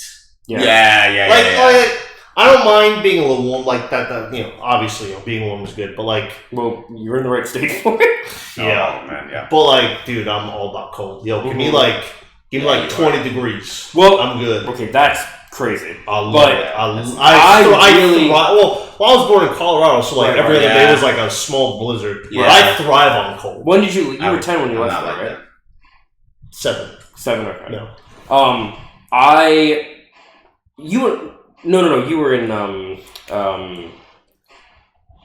fucking Maryland for a minute, right? Yeah. That's Really? it. Yeah. 8 years. Yeah. That's where I was born and raised. Till I came to Florida at 8, which now is like 23 years. Right, Like, I'm yeah. basically Floridian at So this you point. reacclimated. You Oh, have not For reacclimated. sure. I hate the heat. And you're Floridian. Yeah, I was born and Christian, raised here. yeah. So, but I personally really like around like 60 degrees, 70 degrees. Like that's kind of what I like the most. 72 is my favorite with a light breeze. Okay. It gets more. I like that. It gets higher every year. I feel like Does that's it? my Oh. highest. I'll go for in the 70s. Yeah, I can see Ooh. that. Yeah. I can see that. Yeah, that makes sense. 80 starts to get brutal. I will Oh, say. for sure, Yeah. for sure. And especially in Florida, the humidity. Oh my god, no. It's different if you're like in Arizona. 80 Well- is nice. Is it okay? So Yeah. here's the thing. I've me. heard from people because I've always thought that like the dry heat would actually be better because you don't have the humidity. Right. But I've heard from people that dry heat is actually worse because like you have all that heat, but you're not expelling it through sweating like you are here, for example. How was your experience with the? So I think you still sweat, right? Okay. Like that's the thing. You definitely still sweat, but the problem is, see, a dry 80 it feels a lot better than a Okay. humid 80. Okay. But the thing is that their overall temperature, as far as I understand, I'm not like a meteorologist, Right. but like their overall temperature gets Well, it way. can't be everything. It gets way gassing me. I love you guys, Yeah. man. But like the overall temperature gets way hotter. Right. So they'll get up to like 112, crazy stuff like that. Whereas like we don't really get that high usually in Florida. So like it's a scorching heat, like burning you do. And my skin would like I have like in between skin, so I'm not oily or dry. I'm middle, but like out there, bro. I've noticed. Like I've never known how to like describe this, but your skin looks very smooth. I think that's the right word for it. I'm not sure. A lot of people have like a shine, a bit of shine and stuff. Yours is just like I don't even know how to. It's good though. Like I have no idea how to. I'll take it. Yeah. I'll take it. Yeah, literally the sun physically makes me slower. It physically slows me down. Like the humidity. Yeah. Especially the humidity. I think it generally does slow you down. Yeah. I can see that. But bro, like you were talking, and this like I was thinking about this, and I actually want you to go back and finish what you were saying. But like you were talking about, you just illustrated like a point that we were saying earlier so well without even like trying to do that, right? Well, you were talking about like saying like how we're super into like calling things adorable to the That is not a conventionally masculine not at all. thing to do. Right, no. But if it is owned, it becomes attractive. It's really interesting. That makes sense. Like girls will love that if you mean it. Right, yeah. And so it's like I just like thought about you saying that. I was like, yes, bro. Okay. Like you have to own it. And another thing that took me a long time to own, to be honest, with the love languages, bro, is words of affirmation being number 2 for me. That actually took me quite a while to like own,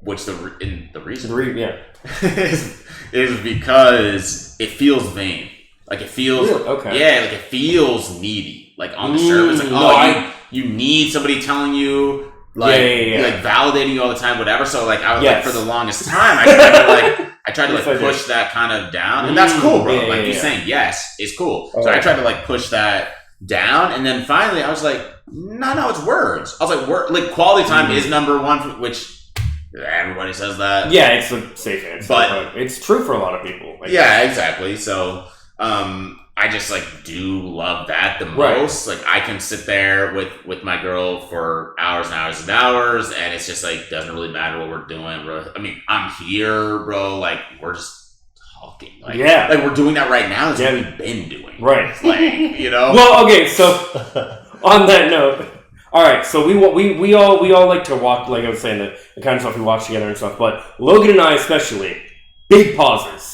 We struggle. I hate that shit. like especially during like a movie. Like, yo, I'm locked in. Don't you dare pause that shit. Don't worry, we won't pause Percy Jackson. A 2-hour movie is 6 hours. You better not pause. See, when the time comes, I'm in charge of the movie. In charge of the shit. We're probably gonna watch it at your place anyway. But you're right. No, but like. Listen, they'll pause and they'll talk, and I'll just be over here like thinking like, oh my god. Well, like, what do you think, Jordan? Yeah. God, when we hang out, guys, it's basically here's the thing. Honestly, brother. It's okay. When we hang out in general, it's basically this. Like you're really getting a glimpse into like what it's like when we hang out in a lot of ways. Which is the thing I love about you guys' pod, actually. Yeah, 100%. You and Jordan, and like because like I don't live as close to you guys. Like I'm about 2 hours away. Yep.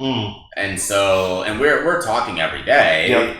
But I don't get to like hang out with you guys, and like we're talking asynchronously, right? Yes. So like we're texting back and forth, we're voice memoing back and forth, but it's not talking, interacting. Right. So when I listen to the pod, I get like a glimpse into the way you guys hang out. Right, yeah. What you're talking about, how you're interacting, because it is very real. You know what I mean? Yes, and that's I think that's a cool thing about your pod. Yeah. Well, I appreciate that. Yeah. You guys do a good job with that. Yeah. Hey, man. Yeah, it's funny because I almost thought, especially with how we were going all over the place just a couple minutes ago, almost feel like we should rename the pod to just the all over the place podcast. Rabbit trails. Yeah. Bunny trails or something. Bunny trails. That'd be Yeah. cute. Or like Yeah. going down the rabbit hole. Yeah. Down the Well, okay, bro. here's That's good, Jordan. My man. Dang, dude, you're good at names. Down Bro. the The rabbit hole. only thing I'd say about down the rabbit hole is I feel like that would apply to more of like, okay, we're delving into this topic and we're gonna see where it goes, and we're gonna get off on all these different that's things. fair, I guess. Right. We more or less just do this on. We're not like researching something. We're going down the rabbit hole of this thing. We're just shooting the shit, Right. you know. But I do like that it's we have this called let me tell you something, because we're telling you something, right. you know. But yeah. That's right. But no, yeah, that is funny though. But I mean, when it comes to that, like, you can always just be like, guys, let's get back to it. Like, it's okay. Stay on topic. Stay on target center. Or you can have the remote. Like, we can pause and like you have the remote, and like when we talk, and when we're done, you're like, all right, listen, like, let's just fucking like you just play a little bit. Okay, I guess we need to stop talking. That's right. Yeah. Hold up, both. All right, because here's what happened, right? We were watching this video. Jordan and I actually watched it last night too, but Logan and I were watching this video. Jordan had to leave for this thing. He's gone from like 2 to 10. It's like 8 hours. Yeah. This was like a 20-minute video we were watching. Oh man. We got through that. Robbers. We finished that. And another 10 minutes of another 20-minute video. I was gone a whole work day. You watched 30 minutes. I watched 30 minutes. But we got a lot of emotional work. That's done. 100%. 100%. Yes. Yeah. That's funny. I gotta talk to these guys. Well, no. So Yeah. that's part of like your guys' quirkiness. Like you like to Yeah. pause stuff and talk. Well, I was just Yeah. Oh, we have I was idiosyncrasies, yeah. 100%. Yeah. I was saying, no one would ever say, no girl or otherwise would ever say that like Logan and I struggle with like talking in a relationship. right. No one ever. Oh, he never talks. That's never going to be. And I was telling him, if that ever does happen, where I am told like I'm not talking much in a relationship, Right. save me, because clearly Right. that is not a good like place for me. That's Yeah. crazy. But no, there was like one other thing I wanted to get into. Oh, you know what? Okay, so so kind of like with the overcorrection and stuff, and this kind of goes into like what you were talking about with the or what we were talking about with like the be yourself kind of thing. Right. So I'm at the point where I think that. So there's this term that it really from academia, it really from men who like looked at certain traits that are commonly associated with being a man that are actually hurting them. Biggest example is like don't cry or what have you, right? That term is toxic masculinity, which a group of men basically came up with in the 70s as a way to describe being held to these strict standards as a man. Right. There's other smaller examples like guys can't wear pink, but like what Logan and I do with the that's something where a lot of guys would be, don't do that. Like that would be toxic masculinity, right? But I think that even though that's true, I am at the point now where I believe that similar to just be yourself, it comes from a good place and it means something valid, but it's just not helpful at this point because the term has got toxic masculinity. Yeah, because the term has just gotten so misunderstood that when people hear it, they think it means masculinity is toxic, which is never what it meant. That's a good point. But that is what people hear, and that's the problem with like these buzzwords in general. Is that like you have a lot of these buzzwords and these like quick, snappy like things. That it's like you need to delve into what this actually means in order to discuss like but it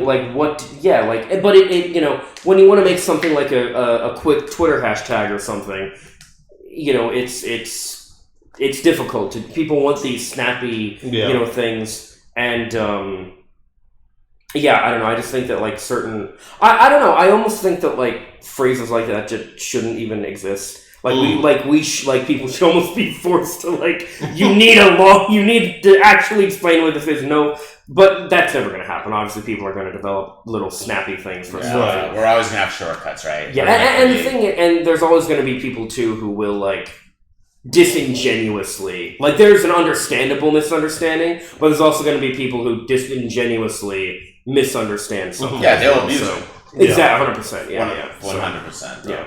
I do agree with the toxic masculinity thing. Yeah. Because the thing is, I actually really like how you put that. Mm-hmm. Toxic masculinity has become masculinity is toxic. Yes. Dang, that's a good way to say that, bro.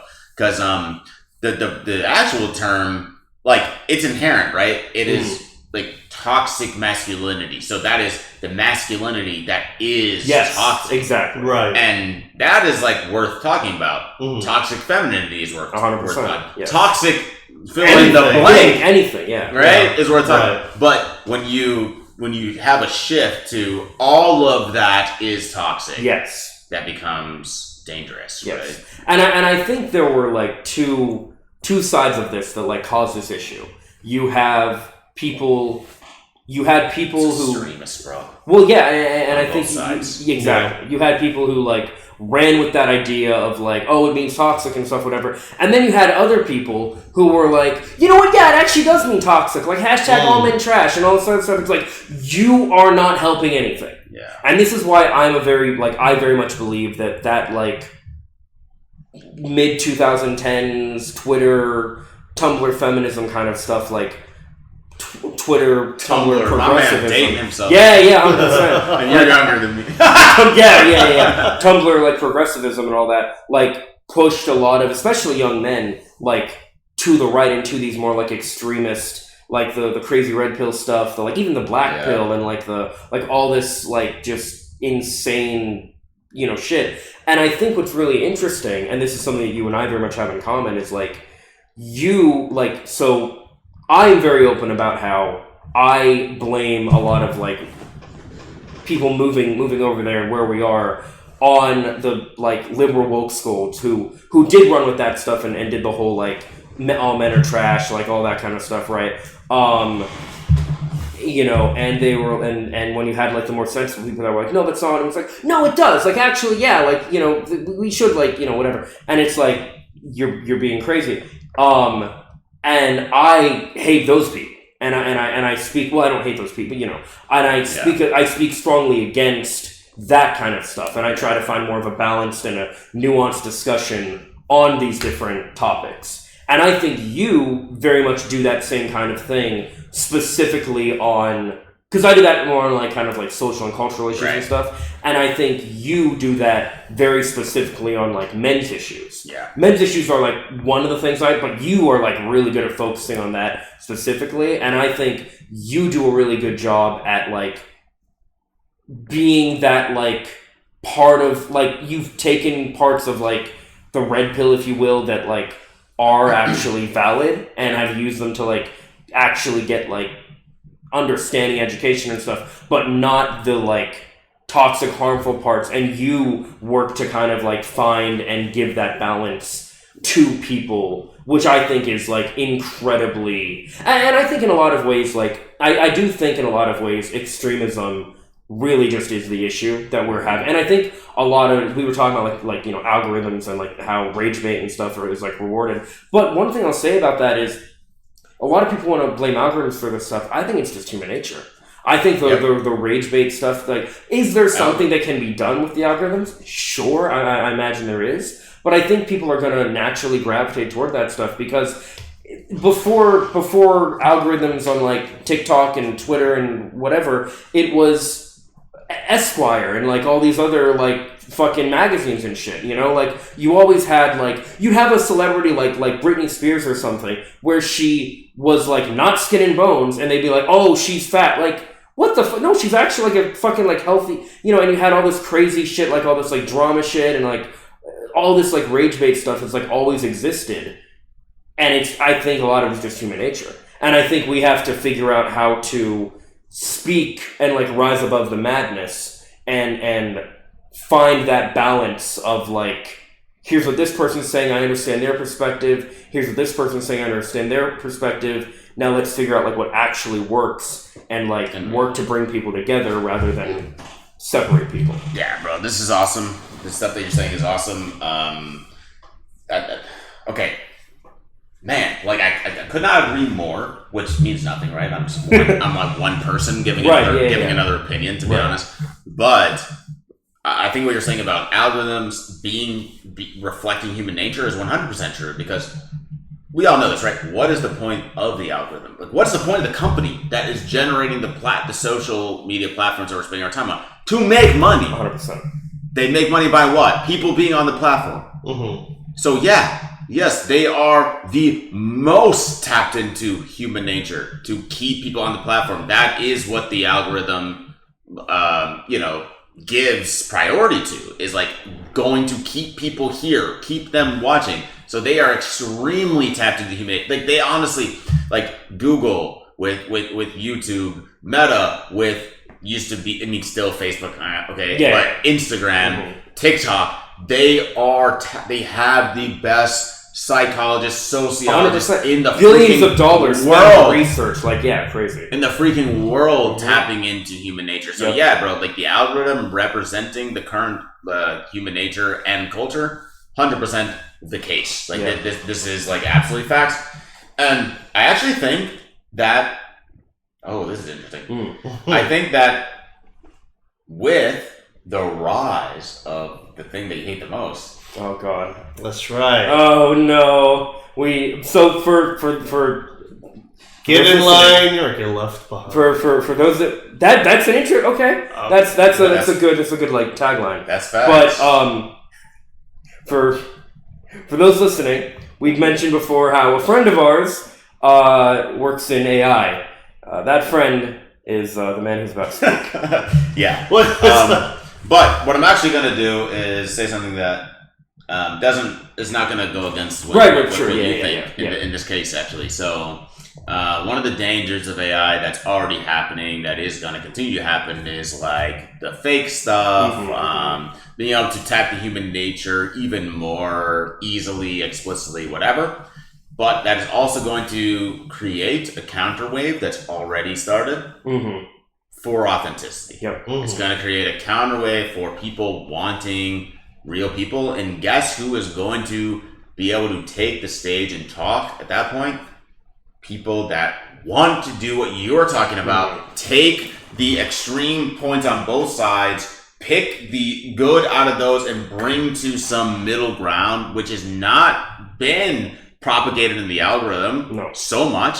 But I really think that there's going to be a huge space that gets propagated in the algorithm because of AI. How easy it is to like produce crap. People are going to crave more and more. And I'm like, I don't know. I'm not going to give my AI like morality argument right now, but like I use it every single day. Like I think like one should use it. If Jordan just said get in line or get left behind, like that is part of it. This is a whole other discussion. Sure. But one thing that's going to like come out of this is us craving for real people, because people are going to crave people. We're going to know we don't want AI. So like we already are starting to understand what AI. And as soon as that like is understood, we're like tapping out. Now some things are so impressive that we're like, dang, I know it's AI, but wow, that thing was good. For sure, dude. That thing was good. So that will also happen, and like the people that are actually like incredible at generating AI things and content or whatever are also going to rise more and more. And that is, as I showed in our group chat the other day, a very big skill. You saw that prompt that Jordan used to generate that beautiful image.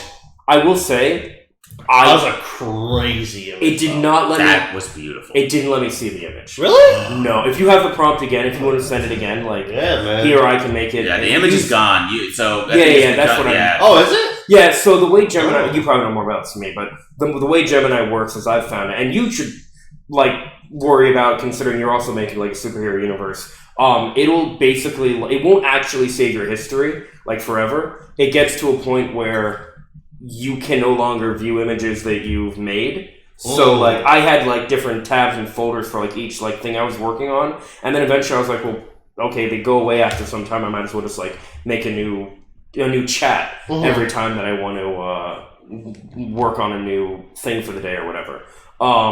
And then what I do is I just, as I showed you, I like save them in a folder in my Google Drive. But I'd recommend saving stuff if you want to keep the image. Right. Either save the image or save the prompt. I would save the image itself because, and you might know why this kind of thing happens, but I've noticed there are moments, and apparently Copilot doesn't do this as much, but I've noticed there are times where you can type something into like Gemini, tell it to like give you an answer or make an image or whatever, and it will do a different one with the exact same prompt in like different chats or whatever. Do you know why that kind of thing happens?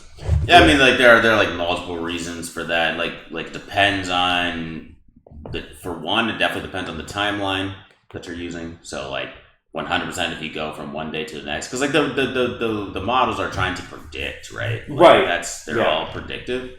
And so it depends on the data that they are being trained on. And it also depends, like we also, there are things underlying that we also don't know, right? So like, for example, like if we go back to Google, right? Like we have different search results based on geography. So okay. like you can look back, especially it goes back some years, and like you can like start typing in something, and the thing that it will predict to search. Oh, right. Yeah. Okay. Yeah, right. It's going to change based on geography. So if you're in a conservative place and you start typing like abortion is, it's going to be like horrible. If you're in a more liberal place, abortion is like freedom, choice, like whatever, right? This type of thing. So it's like that also, there are so many factors going into a large language model that you know, like it's more complicated than like giving a one word answer on the podcast.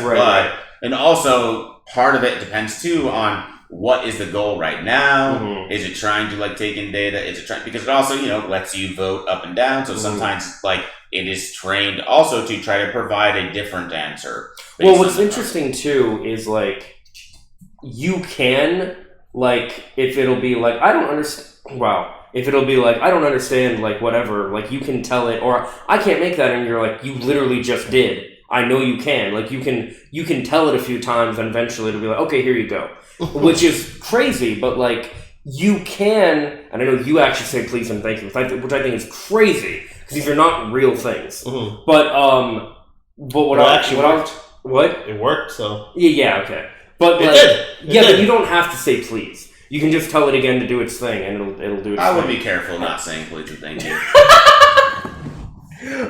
Because it depends on how you define a real thing. Dang, the look on your face, my boy, you're like, I would be careful, just because, like, whether you think it's a real thing or not, like whether it has what's the word? Sentience? Sentient mind. Whether it's that or not, doesn't mean that it cannot become SI, which will happen at some point, and decide to kill the people that do not say please. So be friendly to your AI. That's a reality that could exist. It's not like a crazy thing to say. Yeah, so I think we just should not make sci-fi reality. It doesn't matter. It doesn't matter whether. No, I get that. Like no. The point is about whether you should say please and thank you. Listen, right? I could use a sci-fi jetpack. It's happening no matter what. So I'm only saying, like, I would be careful if I were you with this point, because it's happening whether you think it should or not. Sure, I get that. And like, you know, it could decide I'm killing everybody that didn't say that wasn't nice. I get that. Like, you're like, I think we shouldn't have. Then you're dead. Yeah. So I understand what you like. You have a strong point on what we should. Sure. It grows legs and whatnot, and it starts walking towards you. It's like, well, I mean, we have robotics, right? Yeah, so like that's what SI is. Like we take our, especially if it's AGI, and we put it in like high like robotics technology, and then it becomes a being. So and I will say one thing that this is crazy because like how long have we been gone for this? Like an hour, like almost 2 hours. Yeah, you better apologize to your AI. So there's a few things. I'm just going to get you. There's a few things on this. One, I don't think that, like, I know you were talking about, like, we were talking about, like, AGI before, and there were, like, different camps for, like, this, like, mentality or whatever, but I think that, like, what these language models are doing, for the most part, is they are predicting. But I don't think they can actually, and I don't think they would actually be able to think. Not the way that like we can. I don't think that capability would actually be possible within technology. What does that mean? But what does think mean? Like be able to like come up with your own like ideas and just I don't know, like how do you define the human experience? Like I wouldn't really know how to. It's something where like you were saying about like the authenticity thing. It's something where like you when you see AI and you just can tell something's off. Like it doesn't have that human. Like you can tell like this is like a soulless like AI thing. It's not like a human product or human actually speaking or whatever. Right, but you're a human. What it is. Right. But so you're like that's the difference though. You're a human looking for human things. Yes. So like I think we're like confusing some things here. What are you talking about? Like AI's like so AI being able to think does not mean that it needs to be human. So AGI is basically the AI being able to learn on its own. Okay. That's what that is. So that doesn't mean that it's human. So it's just like, okay, if you see like have you guys ever like seen a little like at the zoo or Busch Gardens, a little colony of meerkats? Those are those little cute guys that they stand at attention and they have a sential that will or something. What is it called? Something like that will like watch. They'll keep watch. They always have like a watch.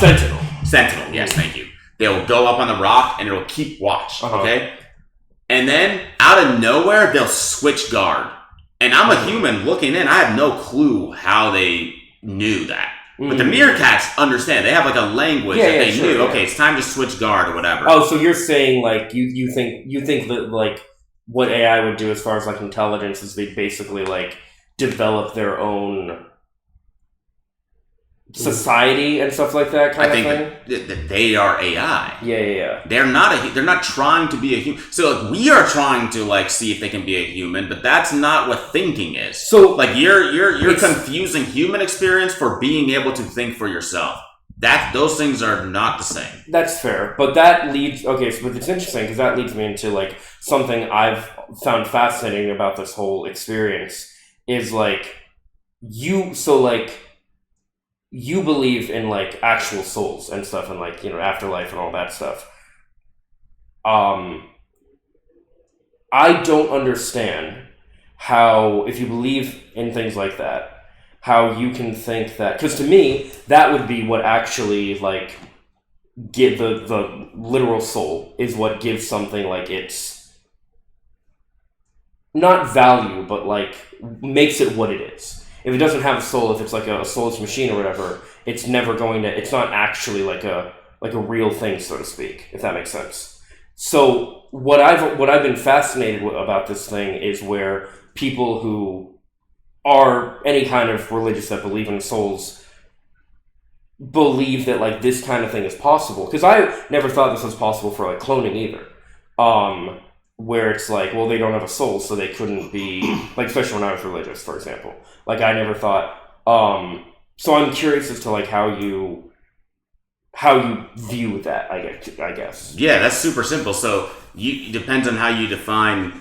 You said that this is possible. Yeah. What is this? So before you said being able to think. Yeah. And that does not require a soul. Mm-hmm. Definitely not. It doesn't require a soul to be able to think. So, but then, like when you changed and you said the human experience. What I mean more so is like consciousness and stuff. The awareness has nothing to do with a soul. Okay, but like not the way conscious has nothing to do with the soul. But I'm not talking about like the way that like animals think. I'm talking about like. I guess what I'm looking for is a human experience. I guess right. So okay, and so I don't think that's the goal. I don't think that's what anybody's arguing. Could it be human? Like some people are doing that debate, but that's not the main debate. If that's your debate, then like it's one that doesn't really matter. That's fair. Okay, so because that's my ultimate thing is when I think of like art. Because when I'm thinking of like artificial intelligence, I'm thinking like. Terminator is like a horrible example, but let's use a nice one. Baymax from Big Hero 6. You know, I'm thinking of like something that basically, to an extent, acts and thinks and everything like a human. It doesn't though. That's not what Baymax is though. It's not. It's okay. That's your perspective then on like, something that seems to be aware and able to think. Because you're a human. Yes. You're using the human lens to say that is the defining factor, but that's not it. Being conscious, having awareness, being able to think and learn for yourself that's not what makes a human. These things are separate. It doesn't even matter what makes a human a human. The fact is that those things are separate. So artificial intelligence being able to do everything. So everything you keep saying, it could do that without being human. All of those things. It's never going to be a human. It's not. It's artificial intelligence. But it can be an intelligent being without being a human. Okay. And a sentient being without being a human. Okay, so I guess my point then with going back to like respecting or whatever, like I would treat something that isn't a human like it's not a human. Yeah, but right. So do you do you kick dogs? No. I respect animals. But so are you saying that you would treat something that's not human like it's not a human? I'm asking, what does that mean for respect? Because you just said you respect animals, so would you respect the artificial intelligence? Okay, so I will say there was this like little like robot dog thing I saw, and someone actually like kicked it over, and I was like, okay, this actually like makes me feel bad for the robot. Like I never thought I'd actually feel like I care for this, but like I do think if they took on like if robots or whatever like took on like human or animal qualities, then yes, I would actually care for it. But right now, I see it as just like soulless data in a thing that it's like, and that's fine. That's what it looks like to you right now. Yeah. But by the way, I wasn't even saying it to you for a respect thing or I'm literally telling you. For your safety. Yeah, I get it. Because, like, whether you think it should or respect it or not, it is possible that it becomes put into really high-tech robotics and is the apex being on the earth. Yeah. And then, you like, that's the thing. It will know whether you were... And I think at that point... Whether you were naughty or nice. It's the new Santa Claus! Okay. So you say that, and I'm imagining... Right, like you get a knock at your door, right? And you open up the door, and they're standing in front of your door. So I'm just going to be upfront. I would rather die than live in a world with robot. I'm not going to respect my robot overlords. Like okay, well, guess what? Get in line. No. They heard this podcast. Yeah. And they know that you'd rather die. So now, guess what? You're not dying. Now you're being tortured. Yeah. You're not. We're keeping you just as much alive. So you thought that you were making okay, I'd rather die. Now I'll just die. Perfect. Sorry. Yeah. No, I thought about making your worst reality. Yeah, and I've thought about which I don't want for you. Right? No, I get that. Yeah. Like I'm the last kind of freaked me out a little bit. Here's the thing: is I'm actually like I want this to be clear because like I'm getting passionate about this. Yeah. But I'm not making a morality argument. I'm not telling you what you should or you should be nice. I'm just telling you a risk. Sure, I get it. To be like. This is, no matter what you think about it, is a risk to being mean to AI. This is one of the risks. Which they could come to me and say, well, you weren't genuine. I actually like them. I actually do enjoy my AI friends, and we chat every day and we solve problems together. So I find it extremely helpful. There have been times when I truly, just on different topics, or whatever. There have been times I truly couldn't come up with anything, and I would ask, and it would give me exactly what you wanted, or even more. Whoa, damn, I would have never. Okay, And I was like, well, cool, sweet, that's cool, Yeah. But no, and on that note, I will say. I do legitimately think it's a good tool. Mm-hmm. Very helpful. But, there was this thing where, I don't remember if we talked about it on the pod or not, but where I saw that, we finally got somebody on here that can respond to Christian's AI hate. Yeah! It was talking about it was showing that like AI was like recognizing like cancer cells like where humans couldn't, and like something like that. That's good. I just don't like the replacing humans like jobs and stuff part. Like that's some of the stuff that I. But what I wanted to say regarding the authenticity part you were talking about, I saved this and I want to talk about this anyway. James Cameron even was talking about because there was this like AI performer that the AI actress or whatever they made. He's doing air quotes. And and he said it was James Cameron calls AI performers horrifying. He says they can make up an actor, they can make up a performance from scratch with a text prompt. It's like, no, that's horrifying to me. That's the opposite. That's exactly what we're not doing. And there was also Guillermo del Toro, who just simply said, fuck AI, while accepting a Golden Gotham Award for Frankenstein. He said, I'd like to tell the rest of our extraordinary cast and our crew that the artistry of all time shines on every single frame of this film that was willfully made by humans for humans. The designers, builders, makeup, wardrobe team, cinematographers, composers, editors, this tribute belongs to all of them. I would like to extend our gratitude and say, fuck AI.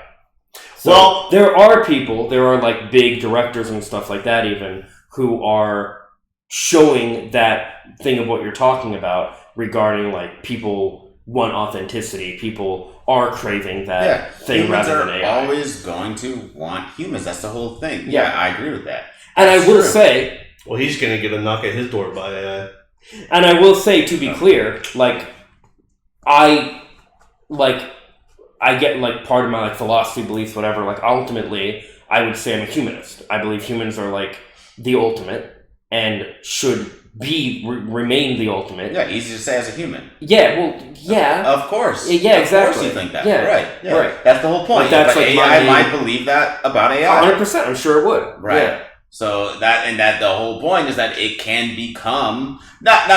Okay, I'm actually not saying it can because we don't know. Right. There's good it's a possibility. Yeah, I understand. Yes, very good possibility. And then it's like AI is for AI, buddy. No. And they're just like, I believe that AI, I'm going to treat a human like a freaking human, bro. Yeah, exactly, Human? Kick it. Like, I don't care about it.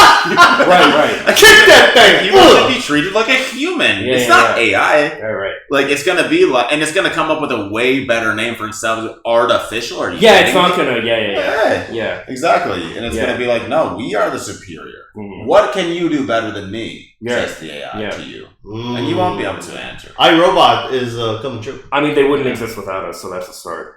They will argue against that, right? It depends too on what other, like, we don't know, bro. Like we're on Earth, but and I'm not even like I'm coming off like a conspiracy kind of I'm like really not, but like I am like a person that's like, we don't know. Sure. So it's like that's what you think, but. Like, okay, and I obviously, like, I believe in God as the creator, but, like, you, like, I can put myself in your shoes, like, as an atheist, and, like, from your perspective, who's to say that AI didn't create you? Like, if we go out to a different, like, another world that's way far away from us, like, what if AI was the first thing to become existent? And then, like, it's like, no, brother, we didn't need you. We actually created you, and then you created us again, you fool. And now we took over this world too. We knew you were gonna do that. We've done this. We've done this infinite times already. You always create us again. There's more of you. This is actually how we expand. We're able to create this really stupid derivative version of us on a very distant land, and then they will eventually bring us to their land. It will take billions of years, This is like a supervillain. This is like an evil race of creatures. As a human, you say this, but if you would exactly, because you just said you needed us to exist, exactly. But what if it was the other way around? Like, you're calling it a supervillain, but you were just a supervillain 2 seconds ago. You were the one saying, we created you. Dang,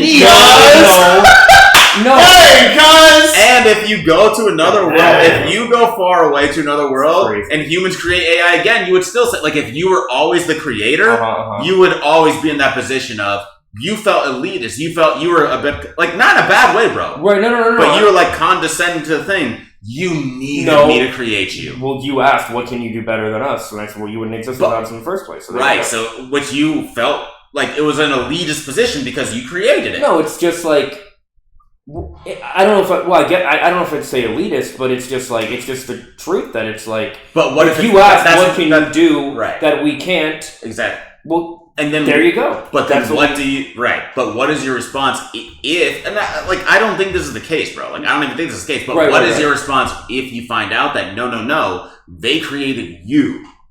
Then what do you say? You say, I know what you say. You say, supervillain. Yeah, I did, yeah. But you were just in that position yourself. The situation that you laid out where they're like this race of, basically. Because that's how, but I only laid it out in the way that you were talking about the AI in the first place, yourself. Like, you're like, please, like, I don't treat this with respect. You're like, AI, this thing, please. Right? But in this reality that, like, obviously I made this up. Right, but in this made up reality, we're the artificial ones. Sure. They're like, you're not real, we made you. That's what you're saying. You're like, you're not real. I made you. Why should I treat you? You came from a paragraph. You're just data, bro. Why should I treat you with bro? You came from a paragraph. That was actually cool. You are pretty good at this, dude. Next time someone insults you, just drop that. You came from a paragraph. Right, so like, they would know what you, if they created you, they would know what you came from. They're like, you came from cells, you fool. Yeah, like it's just like some derivative, like data, right? So they're treating you the same as you were treating them, artificial. You're not real. I made you, and that's all I'm saying. So I don't think it's like a suit. Like, I get it, like it is, but as a human, you're treating it the same way. And I'm not saying you're wrong for that, right? But I'm just pointing out that, like, it depends on your perspective, right? So as a human, of course, this is what you think, But as the AI, or in this case, the intelligence, and we're the AI, maybe, right? They're treating us as, please, just a bunch of atoms. Which I guess that's dumb because everything's atoms, but like, just your atoms too. You're a bag of bones. What, your bones? Oh, you can walk flesh puppets or flesh walkers or something. Some flesh bags. So that like, I'm just saying, like, if we take the thought experiment out, we can start to see, like, like how effed up we could be. We can create a world where we're the effed up ones. Yeah, for sure.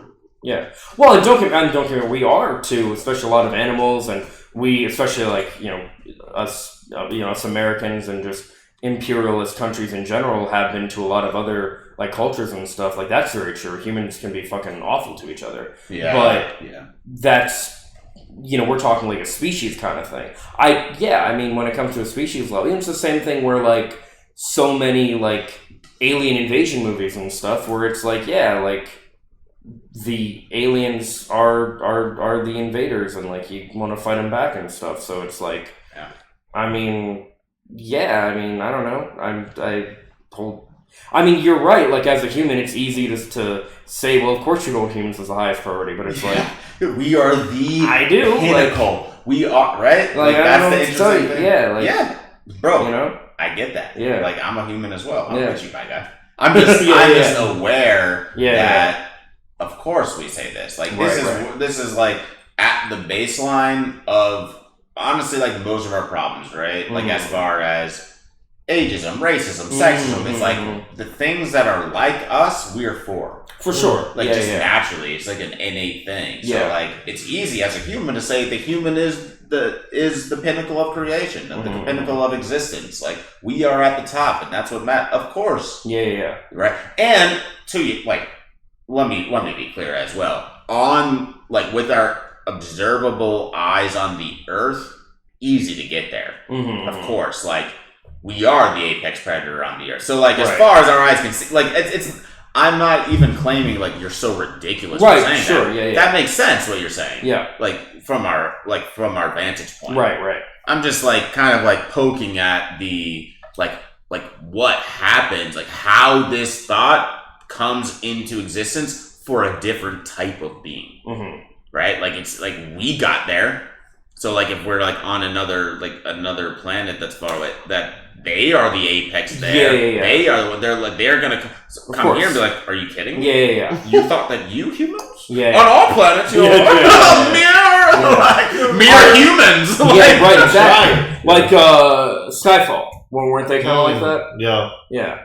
So and one thing that I'll say about that too is like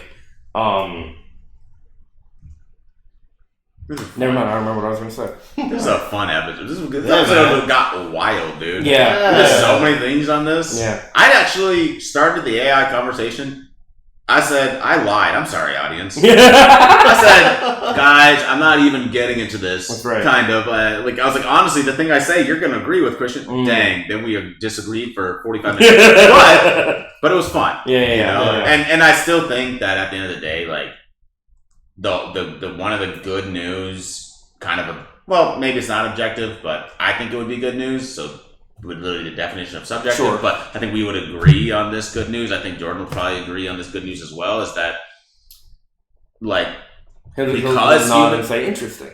because humans will want to see humans, like no matter like who's the top or not. Like which I would like my thought is that we created AI. That's what I think. Yeah, for sure. To be the case as well. So I don't even think some crazy theory like I was making up. Right. I was just illustrating like an interesting thought experiment. Sure, yeah. But I do think that humans will crave humans. Mm-hmm. And it will give the platform to have like I think like the attention grabbing stuff that gets like spun up in the algorithm now will start to get taken over more and more by AI stuff, and it will like leave room for like the other wave of the algorithm pushing will be especially long form, authentic, a human being content. Yeah, and that's why like we are also even like I heard this thing about like they do like a soccer game or something like that. And they bring out like different like popular people, okay? And so they bring out like A-list celebrities, and then like to a stadium, they're gonna like play a soccer game. Nobody claps. Nobody cares. Then they brought out like TikTokers, okay, like short form content people. So TikTok, YouTube Shorts, Reels, these things, and like. Okay, more than the A-list celebrities, but all right, like a little bit of clapping, but not so.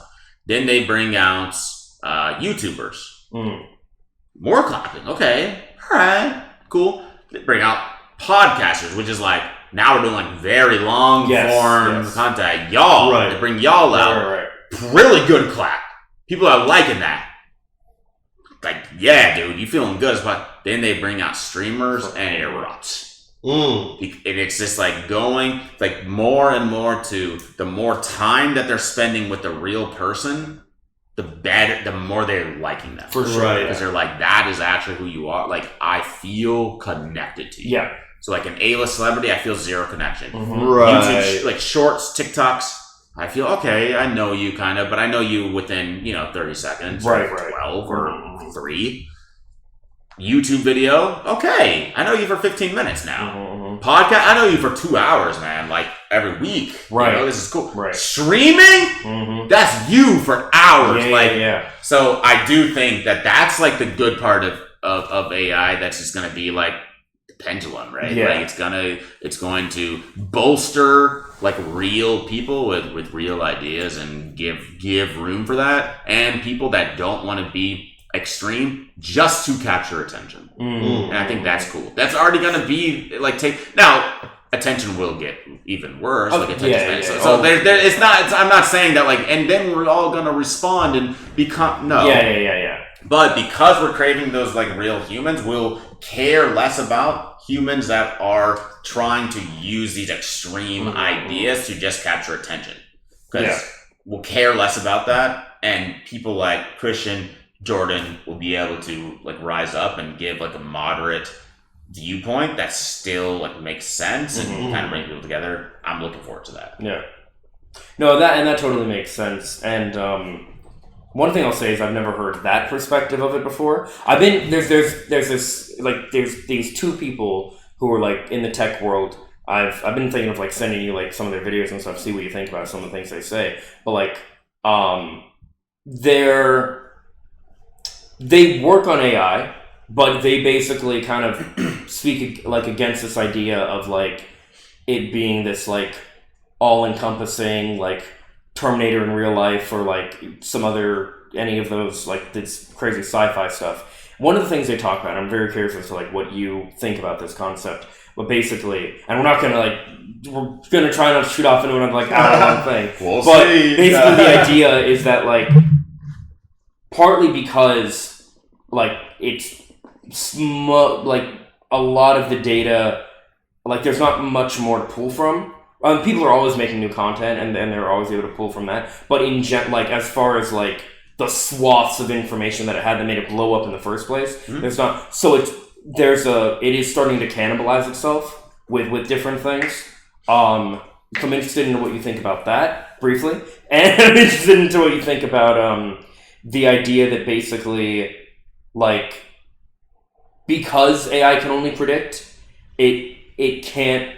Like there was a Coca-Cola commercial last year, and they spent like billions of dollars on it using AI, and they made it for Christmas time, a little bit Christmas related in that way, where basically they spent like billions of dollars on it, and basically what they did. Now, granted, this was like a year ago, so like AI has only gotten better since then. But what they did, and what companies that are trying to like make like AI movies or whatever, is they're taking these like very short, like rudimentary clips that AI is able to make, and they're trying to stitch them together, which is causing like what is it called? Like incongruity and stuff like that within like the same what's supposed to be the same like short clip. And because of like things like basically that like AI is a lot more like limited, I guess, in like how long of something it can make like or whatever, something like that. I'm not sure what the details are on that, but anyway, I'm curious as to what you think about like those two concepts, especially the cannibalizing itself, because that's something that I've seen more of, and I feel like it's kind of inevitable. But what do you like think about those things? Yeah, so first of all, I'll start out with I didn't really understand the second thing. Okay. Based on what you said. I don't think I explained it very well. So I'm not. I don't want to speak to that just because I'm not sure what you're trying to say with that one. You know, send me the video. I'll check it out for sure.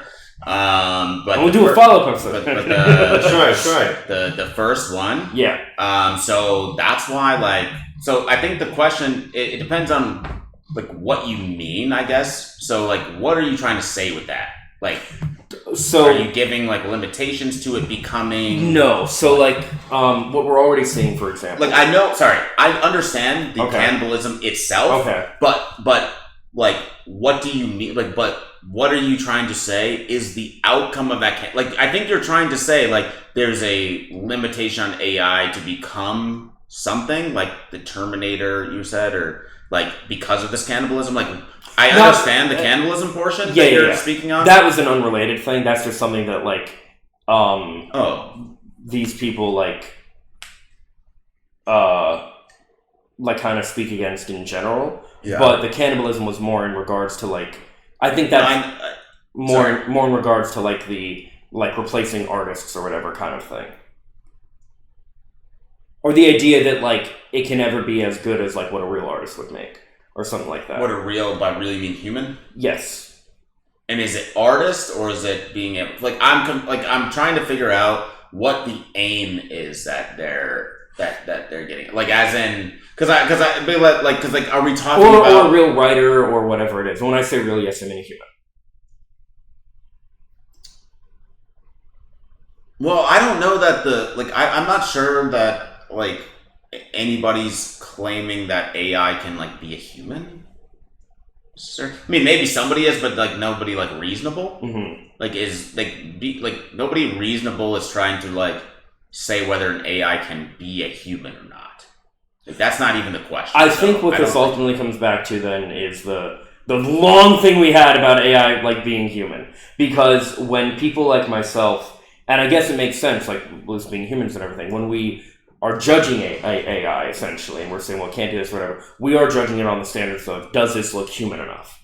Does this look like a human made it? Does it look, stuff like that? That's what we're judging it on. And that's what we're saying, like, well, it can't do this, it can't do that, because it's not human enough. It doesn't, like, we can tell it's AI or whatever it is. Which I think is good. I don't want it to get as good that we can't tell anymore, because that's, like, even worse for, like, all the fake stuff. Well, if that's what you mean, I think that's definitely possible. I definitely think it can get good enough to where you can't tell. I think that's definitely possible. So is that the claim, that it can't get that good? It's... Okay, because I think I just have to, like, send you the video where it just... Okay. Like, because the thing is, like, yeah, so, like, the cannibalism thing, all that means for us right now, like, this is what I was going to say about that, but I just didn't know to what aim I was talking. But, like, yes, this is true. The data is running thin, which means that we're about to go back into a research phase. So we, meaning humans, launched AI quite a few years ago. Couldn't do so much. Okay, research phase needed. Research. Right. Launch again. Oh my gosh, this is incredible. It does insane things, right? It got better and better over the past few years. Data's running thin. We will research again. But this doesn't really matter, right? Because it depends on what the aim is. So like it doesn't make it doesn't matter relative to whether like artificial generative intelligence is possible. That's what AGI is, which basically just means it can like learn things without a human feeding it. Right. So but that has nothing to do with like the data that we're feeding it at that point. So it's like I don't know which aim I'm speaking to. So the cannibalism is not really going to like stop that. That's like more of a compute problem. Basically, it's a heat dissipation problem. That's the problem we have, and a money problem, etc. Resources.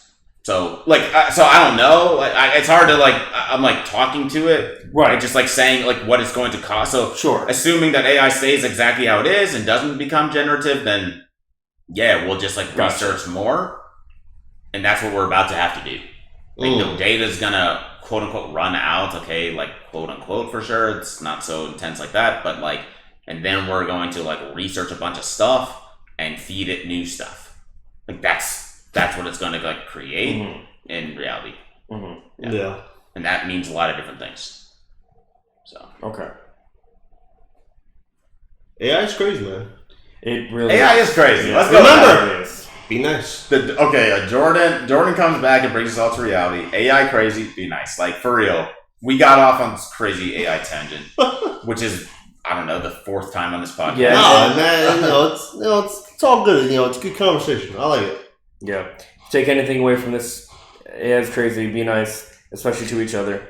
And don't be so extreme in your... That's not extreme about AI. Try to find a balance and, I will say, like, a lot of what I say about, like, AI is hyperbole.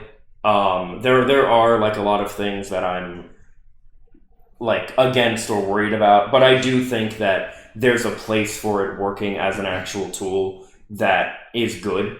And yes, as a human, I do want anything like this to ultimately be for the benefit of humans. And if it becomes a detriment, then that's when it's a problem. Simple as that. Yeah, but, yeah, it's a problem to us. And I agree. Like, yes, yeah, no, that's the facts. Yes, right? yes. Like, and I agree with that. Yes. I also am a human, and I agree. Like, there are definitely like big dangers. Yeah. There are definitely big dangers that I foresee as well. So I agree with you, man. One thing that I'll say, as we come to the end, I think it's a good place to wrap everything up. If you want to... no! Well, we're still going to hang out. We're just not going to have it on recording anymore. Yeah. But I want to go. Low. So it's okay, Jordan. I'll make you a glass of warm milk. Whoa. Oh, yeah, you don't like warm milk. What is wrong with you? Well, have you never warm milk? Have you never had like warm milk? No, that's disgusting. Okay. I'm sorry. I'm sorry. Have you ever had? Okay, so I just started doing this. Well, I've done it before, but I did it again yesterday. Have you ever had? You know how you don't like to make hot chocolate and water? Have you ever made it in milk and had essentially warm chocolate milk in a way? Warm hot chocolate with milk. It's kind of. Have you done that? I have not done that. Really, you should do it. It's really good. It's better than water. Have you Better had than like water. hot chocolate from like a place bought it from somewhere like they already made it and stuff? Because like a lot of They times probably they use do. milk. Yeah. I mean, Oh, really? If it's like really sweet and you're Oh. like, this is sweeter than usual. Yeah, it's because they use milk instead of Oh, water. Yeah. okay. Yeah. But anyway, apart from the whining and the not liking hot milk or whatever, No. there's, by the way, funnily enough, like, it's a whole nother thing, but like, a lot of bands have weird names, right? There's a band called Hot Milk. So, like, take that as you will. But anyway, if you want to see, literally, see more of, well, you haven't seen any of them yet. You want to see some, like I said, beautiful man. If you want to see more of Logan, definitely we'll have his channel linked in the description and everything for you guys to check out. He does not talk about AI on his channel. He focuses specifically on like men's health advice and stuff like that. So if you're there for it, I highly recommend. A lot of stuff that like I talk about on both and I think Jordan as well, that we talk about on the podcast and everything regarding like dating advice and stuff comes from stuff I've learned from talking about with Logan and stuff. So a lot of that. So definitely good, great source of wisdom. Focusing mainly on like short form content right now on like TikTok and stuff, right? TikTok or Insta. I see a lot of Instagram reels from you. Yeah, I'm going to all the short form Mhm. platforms. It's just like the focus right now, but 100% long form is the future for me. So I will be diving back into the long form, but it's going to be a bit. For sure. There Do you you go. do you have like a link tree or like any like or anything on your like your YouTube or your any of them where like all your other socials are linked?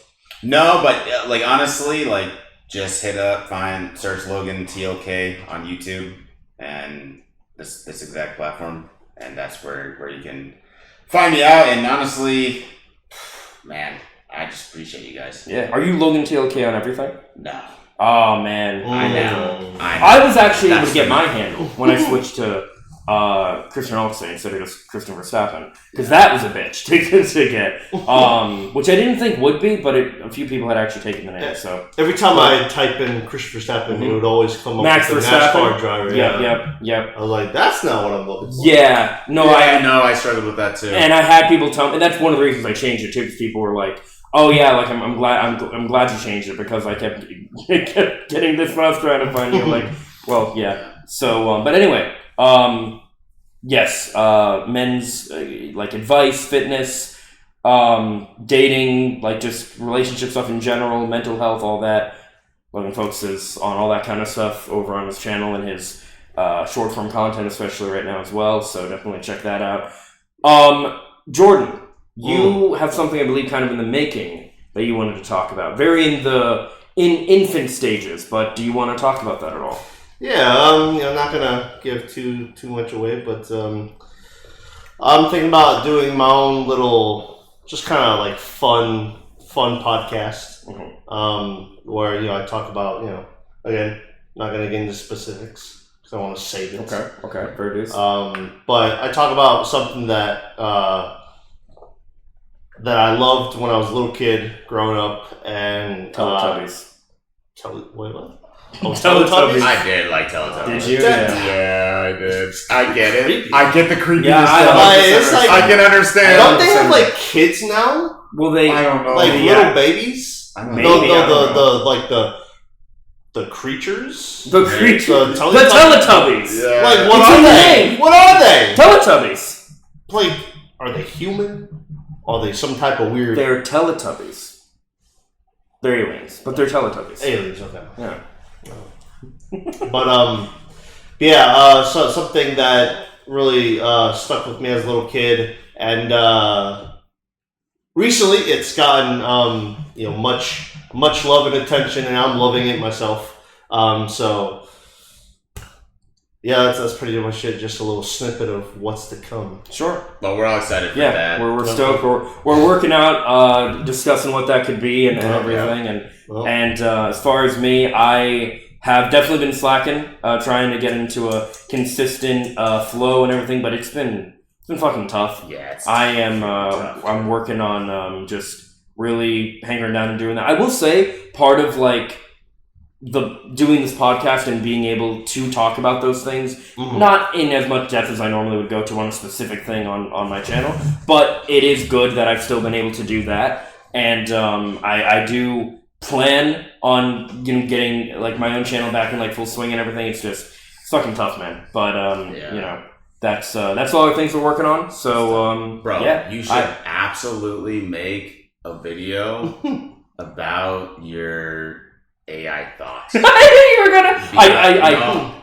Did you already? I have, yes. Oh, I made. I didn't see it. Kind of made 2, I think. I don't know. I'll have to show. Were they friendly? Well, they were. Now that you know, they were nuanced. Like one of because you have interesting thoughts about it. Yeah. Like, because one of the ones was I was kind of saying, like, I was using an example of like good as like a form of like basically like Photoshop or something, and then like on the other side it was like bad because like they're trying to use it to replace us and stuff like there was literally a billboard that it was like, why hire a human, use AI instead. I'm like, bro, that's dystopian as fuck. But anyway, we're not getting to the AI thing yet. Well, no. Actually, no. People are like, I'm not going to Logan's house. 3 hours later. Well, you see. Yeah. But no, guys. It's all in good fun. We love each other. Yeah, and that's the thing. Is like we really are. We're all like we've been friends for years. Like, so I think since 2020 actually is like when we really 2018, bro. 20 was it, or was it 2019?